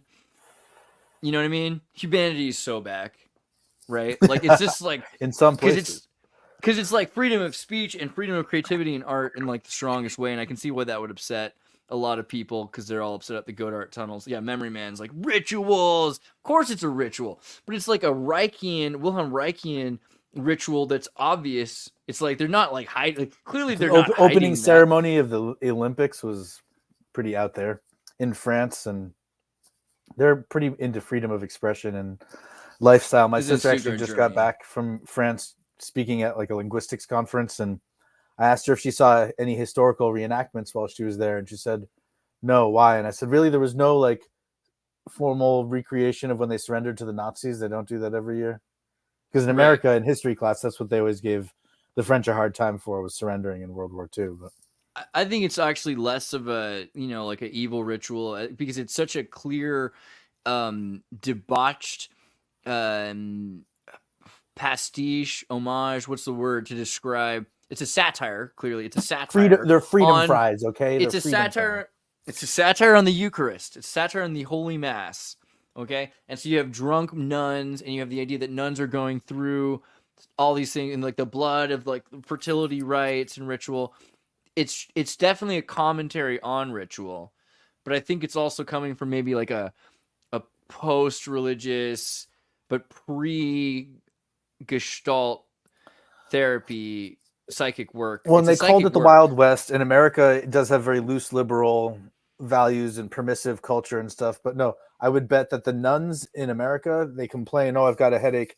And over there, no, the nuns are literally drinking because it's that. But the stuff they have to deal with on a daily basis, they don't really have a choice, right? And because it's never getting better. They're never providing solutions or changing the behavior of any of the people they're interacting with. They're just providing the bare minimum services to way too many people. Because in France, that's a lot of people are born in a culture that is as permissive as that. But well, apparently they're going to show it in the United States. So like I bring it up not just because I'm, you know, like some sort of ninny, but like because you could actually see this if you were the kind of person that is willing to risk getting hit in the face with a skateboard, which I doubt will happen again. Let's be honest. Like, they probably figured it out this time. There's no way that that's like a likely thing to happen. No, there'll twice. just be 16 people that get injured instead of 18. Wasn't that what it said? 18 people? Or you're like in a menstrual splash zone like Shamu. But the point, or it's even like, I hate the metaphor of Shamu for this because it could easily be true. But Sancta Susana is coming to the West Coast, and I would say, if you can handle it and you're not going to make you nauseous, and you like the extremity of expression of You art, should get a ticket, no? this is like one of those things right at the edge that I would say you probably would like. Yeah, I would say this is at the edge. All right, there's my pitch. This is like Edge a of news Overton window or edge of. This is like where that's like where I would go hang out, is at that edge. You know what I mean? I'm just saying. Like, It's I where would the love to only go see really that interesting musical. people worth meeting are, probably. I'm gonna try to see that musical, is what I'm saying, and I hope that you all do. Like, if you want to. If you don't, that's good Yeah, too. Black Box Theater. I mean, again, that's if you really want people that care about their art, and that if you're going to get lost in the canon of any story and seeing it interpreted on the main stage at Broadway or at your local grand opera house, this, that, or the other, maybe it's one way the economy can continue to recover and relocalize outside of doing improv and comedic stuff. Because right now, what was it? I was on a phone call with my family, and I made the joke that in Boston, you used to be able to divide the audience enough such that all the couples in the audience would go home and like have a fight about at least one of the jokes you made. But now you can pretty much just start a full-on riot, because in the town that I grew up, where gun violence is very, very, very rare, someone got shot at an anti-Israel or anti-Palestine rally, one pro, one of the other, I don't even know. But if you just have an hour to fill on stage and you just get up and you just start making jokes about Israel and Palestine and then turning it over to the audience, eventually at least half the people will leave, and then the pressure's off. At least everyone else that's there is at least along for the ride. But it's a dangerous thing when a stand-up comedy routine could literally start a riot, depending on how one defines that. But Society is pathetic now. I mean, that's all it is to it. Like, people can't handle anything. I hate to sound like an old person, but like, oh my god, like, if kids can't take jokes, people can't take anything anymore. People don't know anything, and it's all right. But it's like, I feel like 100 years ago, you had a lot more people that were in like Freemasons, and so today, there's just so many people that are not initiated into any form of mystery school whatsoever. And I get it. yeah, That's in probably good 'cause you America, don't know it was secrets, open but they don't know source. any secrets, It was supposed to be, because the committees of correspondence here in Boston, Samuel Adams, that was how they spread the news about Crispus Attucks. Like, a black guy died in Boston because the redcoats killed him, and all of a sudden the rest of the country was like, "What'd you say? What happened?" Like, right? Yeah. so we had our own channels of communication that were set up, but again, a little bit more open source than they were in the days of yesteryear in the old world. But from what I heard, in certain places in Italy, the Jews were given like a week heads up as to when the fascists or the Nazis were coming through to do their sweep. And they were like put in big prison cells, given protection, and given all their everything they needed to practice, the Sabbath and the wine that they needed and everything. They weren't treated like, first class guests at a Four Seasons hotel. And the idea was, for these 3 weeks, in certain years, they did imprison all the Jews because they heard that other people were coming through to do a clean sweep. And instead of, it was like their way of protecting them. And then eventually they got word that, so-and-so came and went, they did their inspection, and then they would let them out. But I don't know what the analogy in modern day America would be, that eventually, I don't know, they have to pick one other language. Analogy. I don't know. I was thinking of the mall earlier, like Cinnabon.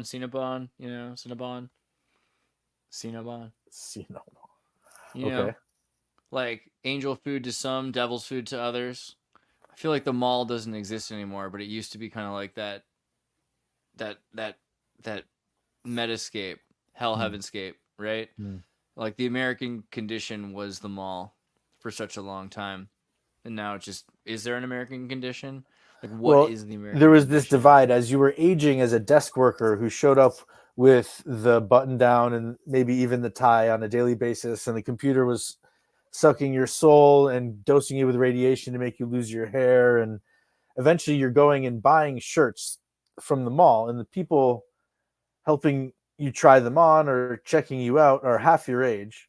And again, you'd love to be friends with any of these people, but again, it's like time has passed you on at some point. By the time you can afford to go to the mall and spend money, if you're just working even a construction job, any good blue collar or low wage white collar job, yeah, as opposed to the older model of maybe having certain apprenticeships or family traditions when it came to cooking or craft that were learned and practiced for maybe years at a time, and they were skills one took with them when they either left the house or came back to participate in the ritual of making or cooking whatever it was that grandpa taught you, sort of thing.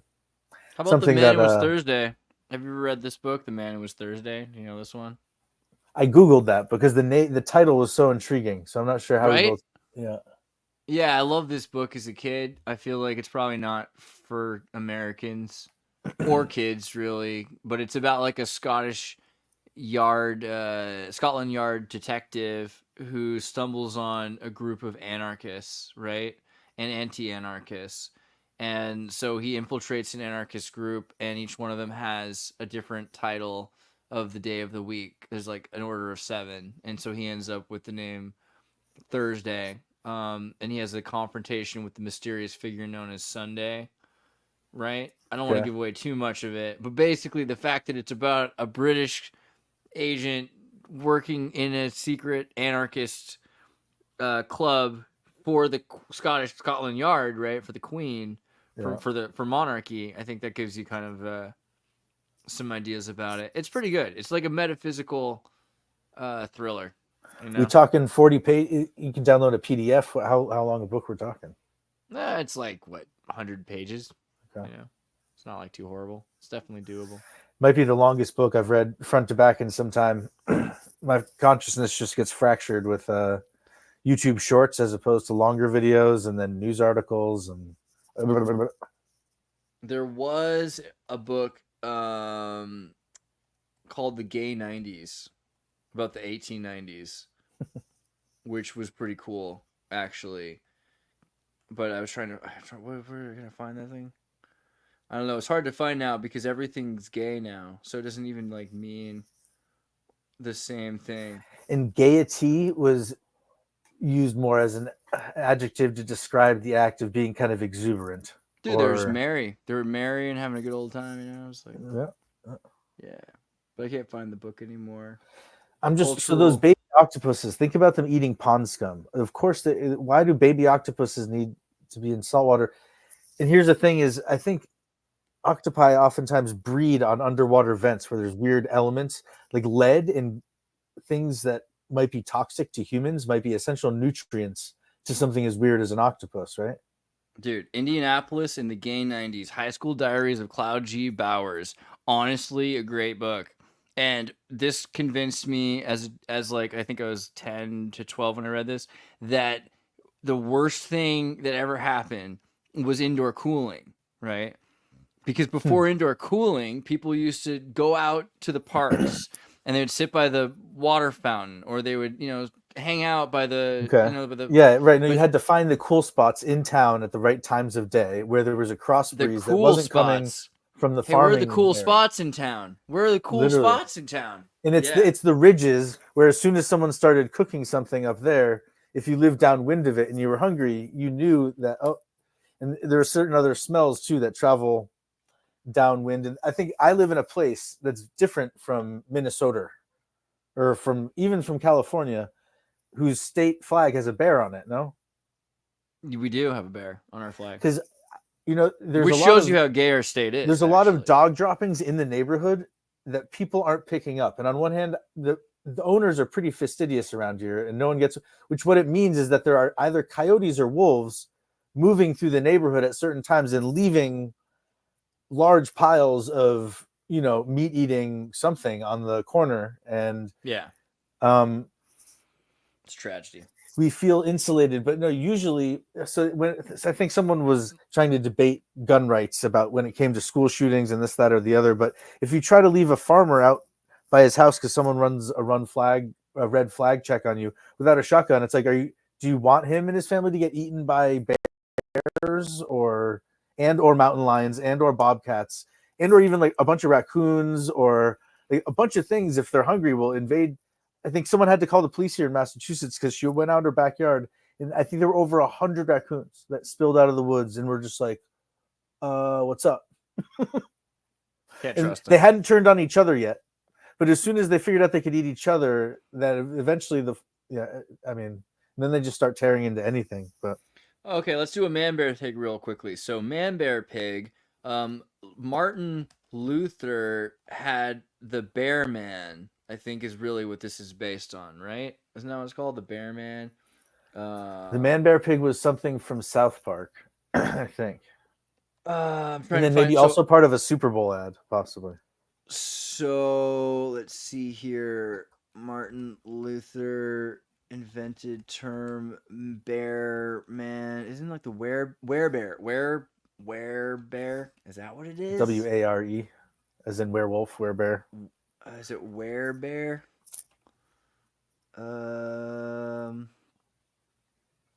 I thought I'm trying to get. I can't. You keep going. I'm gonna figure this out. I'm gonna keep. Well, we covered the wolfen in previous episodes. I'm just worried. I think the Iron Dome. This is another theory I've been working on. Tell me what you think, Andreas. The Iron Dome that are being developed outside of ballistic missiles, the ones that can in real time change trajectory to hit things. I think we're preparing for a pterodactyl invasion in case it happens. Yeah. Because there might just be a cave system where there's 500,000 human-sized bats with very large mouths and teeth and claws. They're always trying to convince us that the caves would collapse under like changing stuff, right? That's like their whole. And they might breed that way for a long time, but as soon as like one flies out, it's like sends a scout, and then they're going to be landing on stadiums and stuff, and yeah.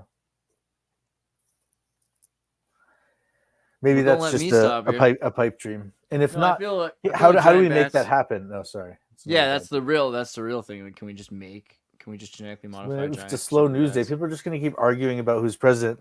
My proper response to that, I believe, is I don't give an F. Like, do you? So who's president? And then, oh, you mean like right now? Joe Biden, I think, is the president. Is he really? Is that still a thing? I mean, like, I just saw. Okay. There is a video. Okay, I'm just The gonna give up Manuela on my effect, wear. I'm gonna give up on my werebear thing because I think that's like it is what it is. But Saturday Night Live, man bear pig. Come on, everybody, with your man bear pig. There was a thing. There's like a description of like a bear. Okay, whatever. I don't care. Robbie Starbuck put up this video from Saturday Night Live showing they're like Kamala Harris joking, and they have like if we could have Joe Biden come out, and Joe Biden walking out is just like and it's just like the amount of mockery that they delivered on their own candidates kind of surprised me. It makes me think, okay, well maybe they really who's do. older? Who's older though? She's younger than him, isn't he? Isn't that No, not... Kamala's real age versus the woman playing her, who's I think Kamala who's in is... Idiocracy again. I can't believe I just forgot her name. Maya Rudolph, whose husband made There Will Be Blood, right? Her husband's a genius. Like that's the other thing. Yeah. Maya Rudolph's husband is she's actually Paul younger. Thomas Anderson.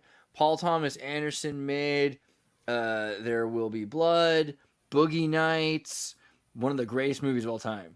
Be honest. So if you can just Be look up honest with someone yourself. quickly for my edification, Magnolia. look at James Carville. James Carville. Yeah, you got to know love this all guy. of his movies. This Oh, guy's yeah. like a complete hawk who's been. It's hard to tell which side of the political spectrum. He's kind of looking Really? for Look a at his job, face. probably. This guy This looks guy, like in the... he's so iconic with that. He's looked that way for the last 25 years, though. He looked like some hollow-eyed demon that's beady-eyed, and just he gets on and rants in this really iconically Louisianan manner. But Let me make sure I have like safe search on, because if you he's put been on on the movie Bill Heavy Maher Metal, again. He was a regular correspondent on Fox News for a while. What's the scene with the freaking with the aliens and like the White House, like Washington, heavy metal Washington scene?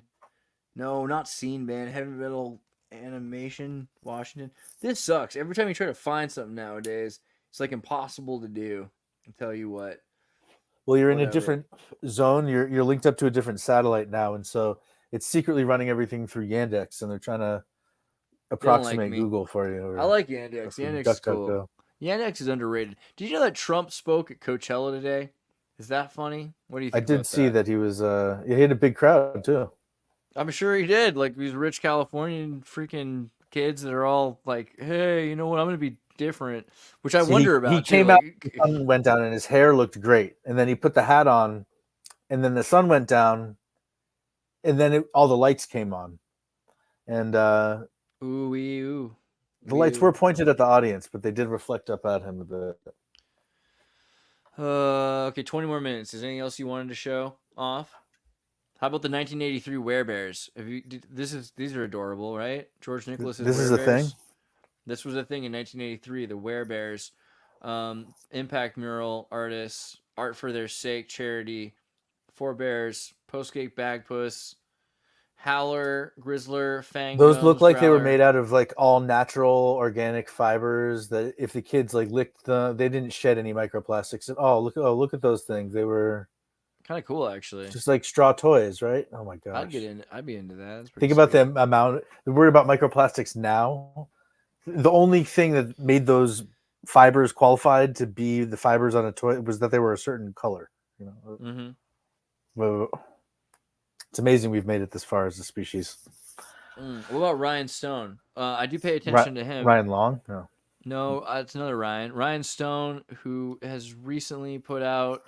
What happened to Mr. Douglas? I did this whole read through, but what did happen to Ryan Stone? Yeah. We should check out Mr. Douglas.com. Has he gotten anything? As long as he's willing to not have his feelings hurt, I'm happy to argue with any of these people. Dude, I love Mr. Douglas. I haven't seen anything more recently than maybe he Power. came on to get work and now he's booked, and so he's willing to give another voice artist the chance but no one else has really stepped up into that role where they bring the amount of professionalism that he does. We talked a while ago, actually, the Secret Son, Chris Knowles. We talked about Estlin a lot.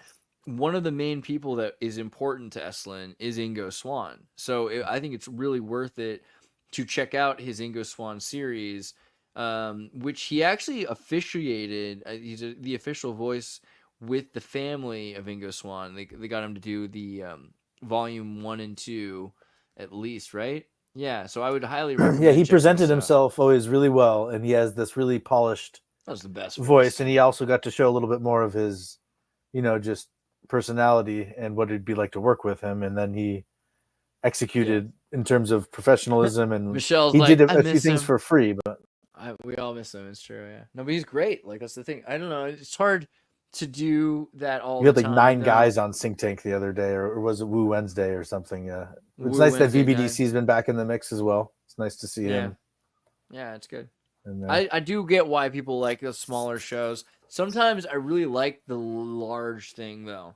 There's something kind of fun about like a 30-person classroom. It's crazy to do that. I feel like a 9-person classroom's already crazy. Yeah. And it's like if I had gotten the chance just to say one thing, this is what I'm going to circle back to. Outside of freshwater octopuses, please again donate to the link that we're going to put in the chat. Obviously, underneath the video, there will definitely be a link where you all can donate money to GoFundMe, and we're going to create freshwater octopi. But no, is that I finally figured out who I was going to vote for as soon as Kamala bragged about the Dick Cheney endorsement. It wasn't just that. Really? Yeah, and so now at least the confusion's so gone. Before I was like all unsettled. I didn't know I was one of those undecided voters. Now at least I know. If Dick Cheney votes for it, that's a good sign. And this is like America should smack itself in the forehead here. If we vote for Kamala Harris after that, we all deserve, what's coming. Yeah, pretty much. But then the only hope for peace after that is the populist candidate, right? This is where the conversation could really go. Oh, you know what I forgot to talk about was the third undertime. But it's crazy that we have 15 minutes left, and I'm just now bringing this up. There was a third Trump assassination attempt today. You all know this by now, right? No. Am I really? I am embarrassed. I'm that out of sync. embarrassed. Wait a I'm minute. embarrassed. I am so sorry. I am so See, sorry. I listened to some like 2 Infowars hours pump-up ago. music before. Like 2 hours ago. I feel so bad What about are you this. talking about? Everyone's like, what? What does James Carville think no. about Yeah, this? okay. I feel bad. I forgot to tell you guys. I forgot. I'm the worst CNN host, aren't I? This is just ridiculous. So, you just didn't bury man the lead, or arrested. you did bury it. Man arrested outside Trump rally with a legal firearm. Man was arrested checkpoint near the venue for Trump rally. He had a shotgun near Coachella Valley there in Indio. I forgot to tell you that. That's hilarious. Let me look it up again. Trump third assassination. That's probably a good enough attempt. And then this is the guy right here, I think. Fail, guys. What's going on? Yeah. Why are people so radicalized? Boom, boom. You got all these pictures of him together, and then he had a shotgun. Oh shit. Dude, yeah, I don't know, man. Just goes to show, right? No, he was vetted, and all those people. Yeah, he was fine as a guest all of a sudden, and then somehow he got to the head honcho, and he's getting some ideas, huh? Because you're once, twice, 3 times a lady, and I love you. Yeah, it kind of. Isn't that what Kamala Harris was literally saying? That all the people that are criminals that are getting sent across the border, she wants to give them free sex change operations. Did you hear that? I don't know if that's like a threat or a joke, and then there's like a translation issue, and like. I just like the whole thing for me was like I had a friend who was a black kid, and then she made him white. No. But he was black, and then he told me these stories about the Masonic police force kidnapping black kids in Southern California, and that he'd been kidnapped by the Masonic police force. This was like 2010, you know, a long time ago. And I was thinking at the time, this is a little crazy. Like even me, I want to believe stories like that now. But at the time, they call it protective custody. It's like that's how Dr. Phil, because Dr. Phil just released an episode with Bill Maher today.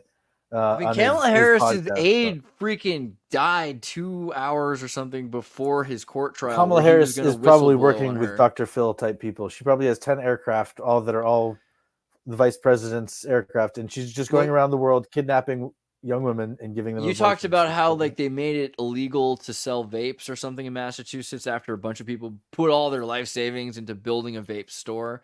Imagine what it was like to be black in California, where now selling marijuana is like a big deal for Gavin Newsom's Chinese friends, but for a black Californian, they put you in freaking jail. You know they still do, because you still can't sell it where the people are.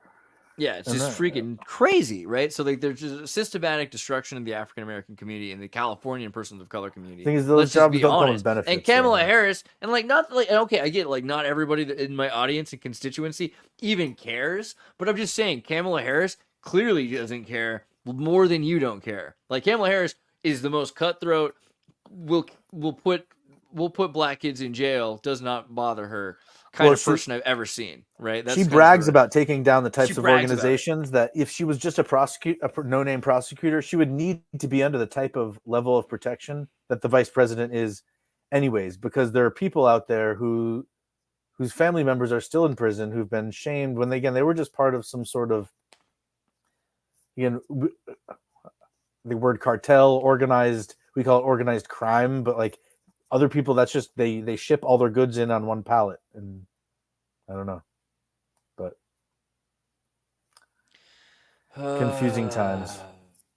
But around here in Massachusetts, generally, and I guess there could be stray wolves, and there are coyotes that come down from some graveyard. Is that like a metaphor, or are you talking about the CIA still? Well, that's when you start talking about seeing coyotes in the neighborhood too, and you're like in a sanctuary state. Literal coyotes. Okay. Yes, sorry. Like the things that look like dogs. I'm in California. I'm hearing coyote. You know what I'm thinking about? Border smugglers and stuff. So but when I walk around my neighborhood, there's over the last month and a half. That's what exactly. I thought he was. Okay, sorry. Yeah, but over the last month, maybe he is. No, I'm not. Again, I'm not winking or crossing my fingers. Let's find out. Let's find out. Code. Continue to go. Not the way I'm holding my spliff. Let's find out, bro. But there are like 5 or 6 missing cats in the neighborhood. Okay. Oh, so that's sad. But I don't think it's immigrants eating them. So I was about to say, like, this is again with the metaphor of the coyote. Okay. At the local park too, there's like people have been injuring and like leaving a goose carcass out or like a dead squirrel out because they're trying to see and trap to see if the coyotes are coming through this area, because then maybe they'll take, because some of them in the pack are scavengers. They learn to eat, they learn to follow their nose to rotting meat. But when there's no food scarcity, because they learn what day is trash day in each neighborhood, and they know where to go and pick through the remains. But what it means is at night, when you look out your window, there might be like 5 coyotes running down your road. And if you're out there with your little puppy, who's getting feisty, it might not go so well. There was one time I lost my cat because I let him out the backyard and he didn't come in for the night. And I've trained him really well not to go towards the main street or the side street, and he just goes in the backyards. So I'm walking around my neighborhood at 2, 3 a.m. going, kitty, and clicking for it. And then eventually it was trash day on the street over, and I see myself, a coyote, trot down the street next to me. And I'm like, what the? So I then go, it's like final time for me to go to bed. I'd given up, and I'm going to bed thinking, oh, great. So that's why my cat isn't here, is because a coyote snatched it up and dragged it back to the den. Like, not only did I lose my cat, he's going to die in like the most horrific way, where like he's brought back half alive to the den, and like the baby coyotes just like tear him apart for food. But then thankfully, like 8 hours later, I woke up and like kept checking just up and down the street. And eventually he popped his head out from underneath neighbors, like a front porch area. And yeah, but for a long time, I'd kind of like, it's one thing as a pet owner to feel like, oh, I lost my cat. Maybe someone else took him in. Maybe, but no, then that very night to have seen one of those things running through the neighborhood, just like, okay. Yeah, that's kind of sketch. I don't know. What about APM? Should we pull up some APM stuff? Let's pull. What's in the news in APM? APM kind of like philosophy. So I want to sing that song live, because right. The way that it's kind of melodic, but not, it's not achord or discordic, but I feel like if you scream your lungs out with the lyrics in that song, it could be a good way to transition from playing like some soft tunes to some more upbeat What do you think music. of this one? Heterosexuality must be incredibly fragile if kids are indoctrinated into gay lifestyles by simply seeing gay people kiss in public or on TV. I'm very glad homosexuality is far more resilient. As a kid, I endured years of seeing straight characters kiss in Disney films and couples kiss in my daily life, and I still remain fabulously gay, says the Gaily Grind. So my response was, if heterosexuality must be incredibly fragile if kids are indoctrinated. I said, yes, it rather is. Thoughts? Is that See, my thought on, there was a time where, especially as coming of age, and you had to admit this, or you had to come out like, oh, older sister, I had to come out, so you have to. I think there's a paradigm. I can understand a bisexual and then even preferring men over women, but being repulsed by women sexually, again, to me, it's so far away from my framework of understanding. Again, unless women just, either you saw women being traumatized a lot, or you were traumatized a lot by women, the idea that somehow you're like, women to say you're gay, gay doesn't necessarily not mean that they're bisexual, because you become just as much of a pariah. You're not seen as a straight guy necessarily if you say that you also like guys, or but that's my response to that. It's kind of an outdated paradigm to some extent. Any evidence for successive conversion therapy is completely circumstantial. My husband was vegan and polyamorous, then he met me, and now he eats meat and loves only one woman. And my take on it too, some women prefer being with a guy where if he's going to go off and cheat, he's going to go cheat with his boys. He's going to go out on the town and they're going to do some wild stuff or whatever. And he might come back with an STD, but he's not going to come back having gotten someone else pregnant who could like disrupt their family life. And so, and I was even thinking, if a woman has been in the adult entertainment industry or in that, and would rather watch gay porn than watch a woman being exploited in any way, because she's all of a sudden going to be putting herself in the situation of that woman, and maybe things didn't always go well, or there's trauma there. But that was a paradigm I didn't really understand before too. But I guess when a woman goes out to like a strip club with male strippers, at least half the strippers are probably gay, right? And that's actually probably also true when men go out too. And again, what does it mean to be gay? It might mean they're bisexual. And then women, when they're bisexual, if they can be married to a man, no one says, yeah, but you're gay.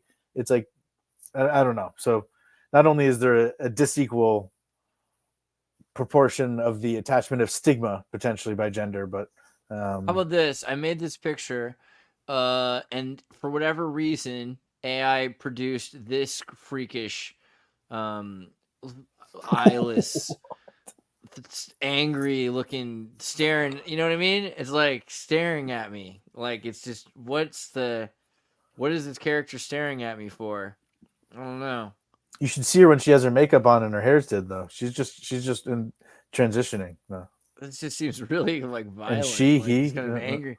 Is this like a, again with capitalism? Like I can't help but always focus it through a socioeconomic lens, but it feels like this is a character that's working. Doesn't this feel like a working class character? Well, if we're playing a Rorschach test, see what I see here. The real storyline is that his father used to treat her grandmother like a servant and a slave, even though they were just married. Yeah, there's definitely and now some like she's using him as the grandson as a sex slave now that she's older. There's definitely feels like racial tension that doesn't need to be there, and I just don't understand. I mean, it's clearly generational and trauma. even though he's straight, she makes him do weird shit. It's inferred in the eyebrow, in the lines, in the forehead. To get back for your grandmother, you know? Right. Because Juneteenth. Well, we got about 5 more minutes. Let me look at the comments really quickly. I want to see Black Reptilian with a bonnet. What's up with everyone with the reptilian thing recently? You know, I don't know, because reptilians to me are very instinctual. They know a reptile like a bird, like they don't push them out of the nest. You know what I mean? They're not like, it's not like mammals. Like monkeys, like humans, like we raise our young. Like look at this is the thing. Like if we don't, we perish. We have a very prolonged period in our life where we rely on. Yeah, it's a prolonged kind of infant. Tile this stage. It's weird because we like to think that we're so different from apes, you know, because that's what so the movie's Beetlejuice, like you're different, God made you special, you ain't like no monkey, but you know what, you're kind of like a monkey, let's be real, you're kind of like a monkey, you're like a bonobo, you're not chimp. Denying your you're nature, like a violent sexual, you're too good for your monkey that like breastfeeds. Is what you are. Just be real with it, right, to an extent. And the lizard part of your brain is the instinctual, cold cut, cool, calculated, stoic part. But that's not you, right? Like you jump out of your instinct and you jump into. It's the part that tries to convince you it's fixed and firm, but that's the thinking mindset of someone who's unwise to some extent. Right. Whereas you would think that like the deep core cortex of the thinking structure of people that are considered wise would be fixed and rigid. But in reality, as soon as you kind of think you know everything, that is when you're more likely to be caught. I feel like reptiles are very instinctual based, and that when they talk about like Thomas Jefferson says to count to 10. If you want to duel somebody, count to 10. If you still want to duel somebody, count to 100. If you still want to duel somebody, schedule it for 10 days from now. Right? And so that way you constantly have time to get out of your instinct and into your mammalian monkeying around brain, where you can play with thoughts, and eventually you can maybe come up with a unique creative solution to your problems. It's a form of if you go in social contract. Yeah. Well, I mean, it's just the opposite of the instinctual maneuver where you're like, if you get scalding hot water on you, you jump. You know what I mean? You have ingrained memory instincts that are based on nervous system, and you can rewire and retrain them if you spend a lot of time, like Immanuel Kant.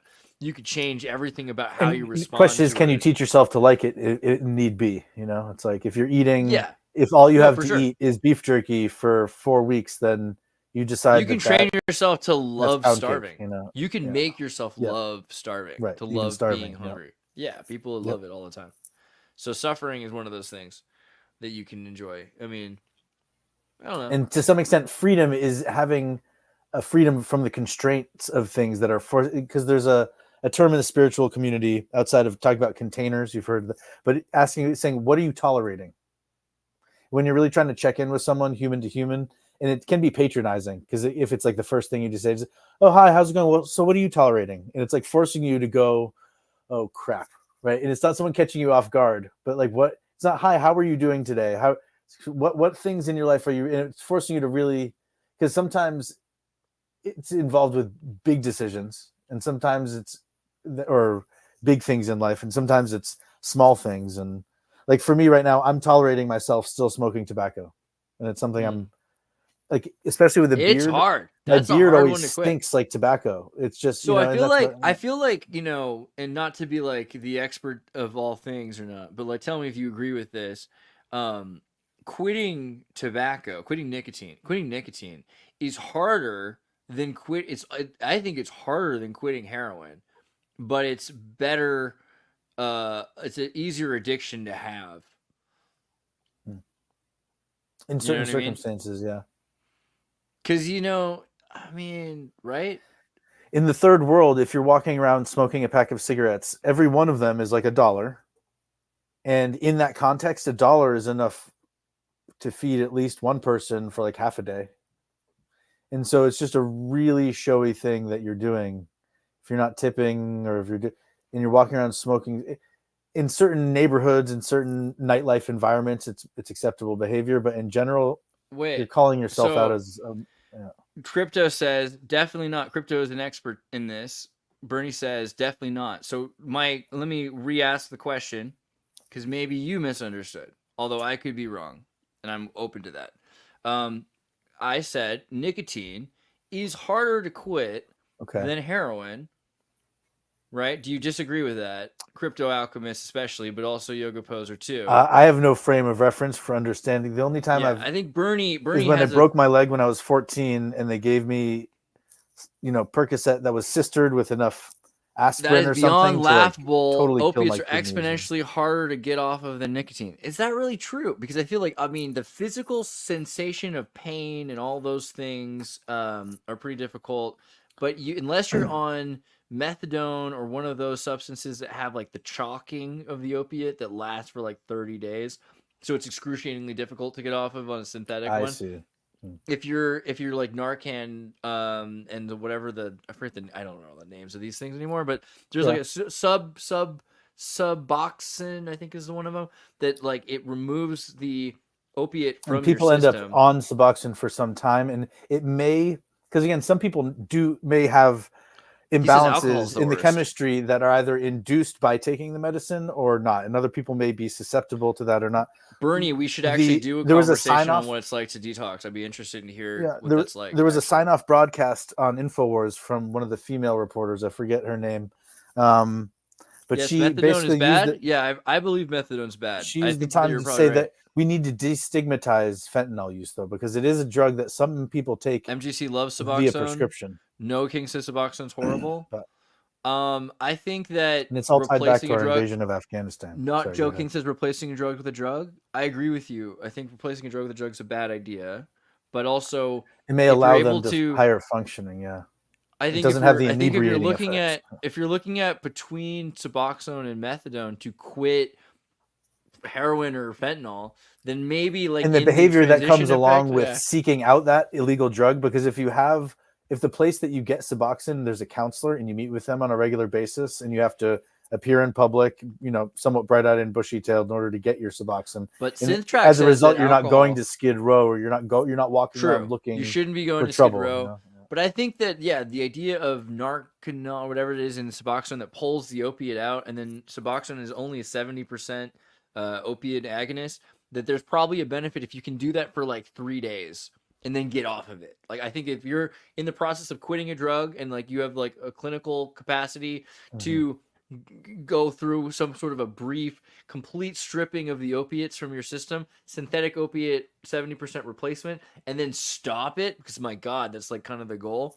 Then that's probably okay. Well, so something you should talk to your doctor about. When in a clinical setting, methadone, so I don't think makes sense. If you shatter your leg, your femur, your tib fib, and you need bolts sticking out of your skin because they've put something in there, right? So when I had my Achilles tendon burst and surgery done, they did a nerve block, and I think for 2 days they gave me like a dose and a half of some sort of opiate to take while I was like laid up the first 2 days after surgery. And then, the nerve block is wearing off. And they said, if the pain is too much to sleep with, then you can get more opiates or something to deal with that, or they'd come back and do another nerve block or something. But the idea of having other types of injuries where you are on it for longer, you're going cold turkey after just being on it for 30 days. Like if the average adult gets an injury, gets in a car accident, anything, and the doctor gives them a prescription for an opiate like that. Yeah, I don't, feel like, I don't think right away they're not going to careful. offer you Suboxone after just taking it for 30 days. Or I don't know. I think they want to entrap you on opiates. It that would feels like be, the system is designed to entrap you on opiates, and you should do everything you can to get off of routine drugs. I think that's probably like something that if you're addicted to an opiate, and I've well, seen and this just like happen to people. saving I've your seen people teeth. that like were like cleaning the snow, and their doctor got them to take because they slipped and they broke their back. I knew a guy who was a teacher who on the East Coast had broken his back when he was doing the snow thing. And then they got him addicted to pills, and then he couldn't continue to afford the pills, so he ended up getting addicted to street drugs. And this was a guy who I used to drive because he got like driving sickness. So I used to drive him to like look for different schools he could work at, and he'd pay me like a decent amount of money to drive him up and down like California coast. He was a great guy, but it was horrible to watch his life fall apart because they got a doctor that convinced him that he should take opiates. Well, and then somehow he was convinced that the street drugs were a good alternate or well, he needed the opiates because at a certain point you're addicted to them, and if you can't afford, see, at one point you're it's the only way that you're treating the pain. Yeah, Ibogaine.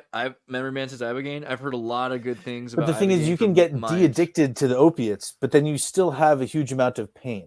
And so the way that we would need to save our teeth for when we're like 120, like Gennady would. Stolyarov, the guy from, but the same thing with our Gennady. So like our organs too, because there are people once you reach 90, when you broke your back and when you hurt your knee and when you dislocated that, all that stuff you're gonna feel it when you're 90, and then the doctor might prescribe a little bit of something, and at that point your kidney, your liver, your other organs that filter your blood, whether it be your parts of your digestive tract, your spleen, all this stuff are more able to withstand that. And then if you're addicted to opium for the last 5 years of your life, technically because you're taking a very small amount, the risk and danger of fentanyl obviously is the compounding, because I think when they mix it and they grind it, they do it for like 18 months to compound one set of pills to make sure that it's properly distributed, whereas the other opiates I think that were coming out of more traditional medicine, dosing them out wasn't exact. And then I think the risk is again, people want something strong on the street, and then people are adding fentanyl to the street drugs, and again, the idea of getting street drugs is not the answer. Crypto says I was prescribed oxycodone for 10 years and now Suboxone an additional 5 years. He's cut the Suboxone down by 80% over the last 2 months. That's pretty cool. Yeah. Really, really amazing. So what you're telling me though, the Suboxone, you even though you were for 10 years in, Suboxone for 5 years. So you couldn't get off on the 3-day thing. My 3-day thing didn't work for you. Like, because I've heard that you can do it, but it feels like you're taking like AIDS medication. And it's like, part of recovery though. And it's acknowledging, it's seeing it as, part of the sickness is like, and unfortunately it overlaps with social behavior. And sometimes just going out to the music scene or going out to see your friends means you're overlapping with the people that would either share drugs with you willingly or offer you good drugs at a good price. It's just, Jolly says he's 42. I've been on some kind of prescription for pain since I was 15 or so. Got hurt playing football in high school at the height of my pain mill scam. I now have to take 1 milligram of sub a day and deal with. That's brutal, man. That's brutal. Well, so Portugal legalized a bunch of drugs in Oregon and what was it, Seattle or right? There was a bunch of legalization, and even New York, they had injection sites, which was something that for a long time was supposed to be. Dad also had fentanyl patches for 10 years prescribed. Wow. What did you, I mean, I hate to like ask all of you guys all these things, but it sounds like you guys have been through some war stories, man. Like that's a lot to deal with, I'm sure. And I don't think people understand that, how much that affects your consciousness I don't know. I listen to a lot of music. Well, and the temptation to give it, other friends know you have them and then are asking for them, and then you see them get hooked on them, and then they end up going for the street drugs because they can't. And it all started because you shared Whoa. a patch with somebody or something. Check this It's out, like, dude. My girlfriend, Crypto it used to Alchemist, be my about who put a girlfriend- needle in your arm. Yeah. Crypto Alchemist girlfriend just quit Suboxone cold turkey 2 months ago now. She was ridiculously sick for the first month, he says. Sure. Which makes sense. That seems like a thing because of the Yeah, synthetic once stuff you have lasts longer in your years and system. whole rhythms in it. So now, but what I was going to say about the legalizations in modern day, the conclusion of the experiment is that care is better than criminalization. I think that seems to be so far what we're able to accept. Yeah, like I think that people the get only- upset at the idea of legalization when you look at Portugal, and what Portugal has instead of arresting you is they have opportunity for you to go to a formerly insane asylum, Sure. to a hospital, right, where they can have psychologists talk to you. They have a lot of medical students and everything to try to give you an out, right? Because a lot of times, Well, a lot of people, once they realize they can get prescribed something like Ritalin or Adderall, they're no longer ever going to But be that's not looking for that's cocaine. not what they like to do in Portugal, though. Like that's what I'm saying. Like in Okay. Portugal, you get to a point where they realize, well, you're gonna get trapped on a drug, so you shouldn't be trapped on drugs.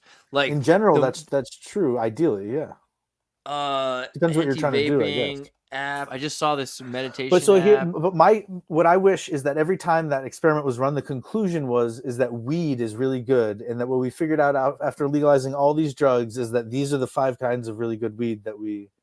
Because it's the best detox. There's and definitely it's the best benefits to alternative. cannabinoids, and I think that's something I want to talk about at some point. But I think it's hard to explain. Like cannabinoids are clearly part of the human endocannabinoid receptors exist. But it's a Maybe very Christian T-shirts. approach. Which drugs shall be forbidden, and in which quantities, and in which forms, and which shall be stigmatized if You're you're right. It smoking shouldn't it be versus you're inhaling it stigmatization. versus you're injecting it Stigmatization. versus you're ingesting it. Stigmatization. Stigmatization. All you need is stigmatization. But All again, you need who is cares genre about of- defining the sin? And No, the shame? because it's just about a which section is of the your best music. and the best of all the drugs is No, the it's herb. not best. There's no the herb. best. No, that's like saying which flavor of pasta sauce is the best. No, what you want is 3 flavors of pasta sauce so you can sell them on sale. What you need is a genre. And so you say, okay, well, this music is clearly what happens when people quit taking heroin and have just gotten coffee and cigarettes. I don't know. I happen to like grunge music. That's what I'm thinking of. But there's other examples of music where they're like, this is what happens when you only smoke and weed you all the understand time. Look that at Jamaica feeling and that in culture the 60s. somehow. Yeah. Yeah. Well, And so there right is now, a- if I don't understand Jim Morrison and the Doors music because I've never done heroin Really? myself. Yeah. Oh. Ultimately, that's true. When I was 15 or something, at some point there's opium being passed around in the weed pipes or something. But it's like Right. again, you get a sense of what that is like and how people were saying it was a performance enhancing substance because you could. The do doctors put repetitive him on, tasks more put willingly. Crypto Alchemist on Oxycontin for slip discs in his back. At his height, they were prescribing me, and he was taking 18. Speaking of Jim Morrison and Rush Limbaugh, wow, that's like that's a lot. I think Rush Limbaugh was on 36 a day. If his right? doctor had prescribed him cannabis for the pain, even if he was still smoking it 20 years later, he'd be cursing his doctor a little bit less, maybe. No, I don't know. You never know. I mean, I think that the thing is also it would have been interesting if they gave people aerocyclohexamines. I mean, like they have them. Like I don't know why they're not just giving people. But think about this, Andreas. This is what I'm saying for especially for Cyclodines. medicine for children, right? Because the behavioral modification and outside of all the rituals in society and the interactions through the screens and all this stuff, the modern pharmacopoeia basically says it's under certain circumstances, it's okay to give children under 18 any drug, even ones that will modify their hormones and their puberty under certain circumstances. Yeah, this, that, or the, true. okay, but except what? God forbid Marijuana. they should have some herb tea. Yeah. And again, Cannabis, you can think about it. Wouldn't that be the thing that they did to hide the one herb that actually? I don't know how it. I'm not a doctor. I think when it comes to clear. aging, No, I think that's clear. it's probably better not to Right. do anything at all, or it's like Yeah. wait till No, you're I think it's 25. clear At least that your brain chemistry. It's actually something okay, hold on. This is something I actually like about this though. So the prohibition of cannabis has made it necessary to invent a great deal of things because everything relied on cannabis at one point. And so to replace everything is freaking fascinating. We had to replace rope, clothes, plastic, food, like you remember milk, the Lorax? like, The Lorax, right? No, it's called the Dude. tree. And in the factory, what did they make the tree? Fucking Medicine. anything. No, you Like, could make anything. The tree was so history, amazing because yeah, you the could freaking turn truffle it tree. into anything, pretty much, Yeah. and you could breed it. So that it would be Oxygen. bigger. Yeah. rainforest, Yes. microclimates. It's so deep. It's It such a pulls- deep rabbit hole. It Diesel causes fuel. the electromagnetic cycle of you have to flood the fields if you're growing hemp a lot more than with just corn. And what that's doing is pumping it's part of the water cycle. And Yeah, so I mean, I love cannabis, but at the same time, I respect how much innovation has been required just because they refused to use this stuff. It's fascinating. If you think about something that was a menstrual embalming and tincture and all these other things, it was used for like the wheel grease of the Roman wheels and roads. That canvas means cannabis. The Constitution's written on it. You know, obviously, it's useful for all these things. So to imagine that we had to invent, paper. yes, It's just crazy. well, Kill redwood trees so it's for like a swordsman. buttons. You have a master swordsman who wins all the battles, but he's always fighting with his right hand, and he has to force himself to teach to fight with his left. So he's tied his right hand behind his back, and that's what even doing like industry, let alone pharmacopoeia, without What are you cannabis from? is What like are you doing from? that. Iowa, Wisteria. I'm waiting. But what it does force one to do is to develop quite a good left hand. So there is a whole Corn's pharmacopoeia of fascinating. mushrooms, of barks, of powders, of teas, of extracts, of all this stuff. But again, it's almost like a Frivolous innovation. What it are you, tastes like chicken. Stalin? It's good for everything. What? You know? What do you But, mean frivolous innovation? Don't act like frivolous is frivolous. Frivolous is essential. Frivolity is essential. Essential frivolity is what I would call it. All right, but I wanted to bring up a point because we're at 2 hours deep. We're actually 2.5. Like, it's going to be there in a second. Look, you get one of these apps. I decided to get one. Guess what? A Mormon made it. Can you deal with it? But Nice. there's a great setup for meditation. But what about when I get my period, or if someone I'm with gets my period? I think we're both Quitting supposed is easier with your friends. Anything that you're trying to do, you should probably set up like a solidarity pact. There's a reason why the 12-step programs and all that stuff does that. And granted, 12 steps was about LSD originally. Right, because if you're getting right? menstrual cramps or you're dealing with pain, it's okay to take any other drug in pill form from the pharmacy, any other thing that's meant, but definitely don't smoke herb.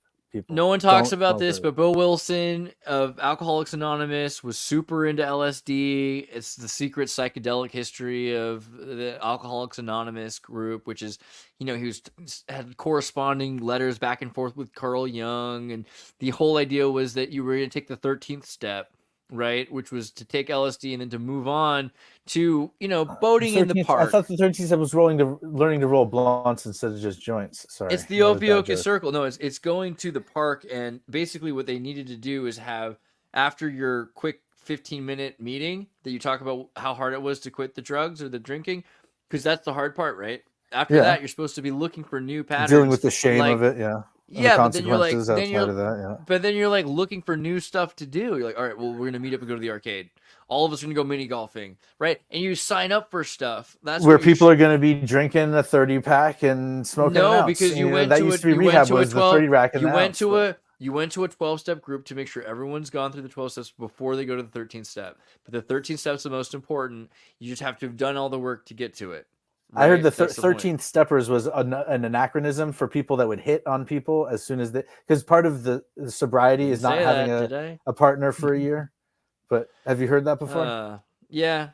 I think you need to have. You were talking about a different 13th step, though. I think it's good to have like a sober partner to watch you, the babysitter or whatever the heck you're talking about. In reality, the last. But this wasn't about that. This was more if about the I fact went that Bill to Wilson something like AA or NA, I would just be meeting a lot of people who had access to all these drugs. So why would I want? I mean, that's something. Again, I just like no. I mean, like the problem. So my point is not. My problem is not that LSD was part of the original program, and my point is not that that's a good or bad thing. It's that Bill Wilson had a plan for the 13th step and the 12 steps as a cyclic redundancy of just gratuitously going to the same meeting every time instead of going to a boat race or to a mini golf club misses Bill Wilson's points, which was that you're supposed to evolve and to process the things you refuse to process because of alcoholism. Yes. Okay. And I take it for granted. No, I had access to mushrooms when I was a teenager and going through existential crisis. You take it for granted. Crisis. You do.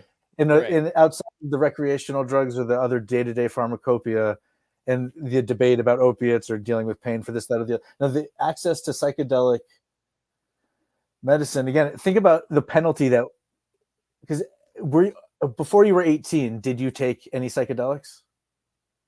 No further questions at this time. Yeah. By the way, here's a picture of me reading to actual children in a children's library. You said you had silk suits, dude? The Midwife's Apprentice by Dang. Catherine Cushman, right? Or Karen Cushman, whatever. You know, The Midwife's Apprentice. Have you read? In actual, those are real Birkenstocks. See, I don't even know if I'm talking to an AI. I've been talking to an AI generated version of you. Eventually, that's how you're going to prank all of your guests. Is you're going to swap in someone. Is this not an AI generated? No, this is legit. This is legit. Like 12 Monkeys, man. Like I was thinking, those. Like, it's all my with the fault. glasses without those pants color, like stings my eyeballs somehow. Bro, yeah, I used to wear a lot of colors, and I think I should get back to it. I mean, I had once at a yoga teacher training. It was people from another country, and they said, you're always wearing just muted colors, gray or this or."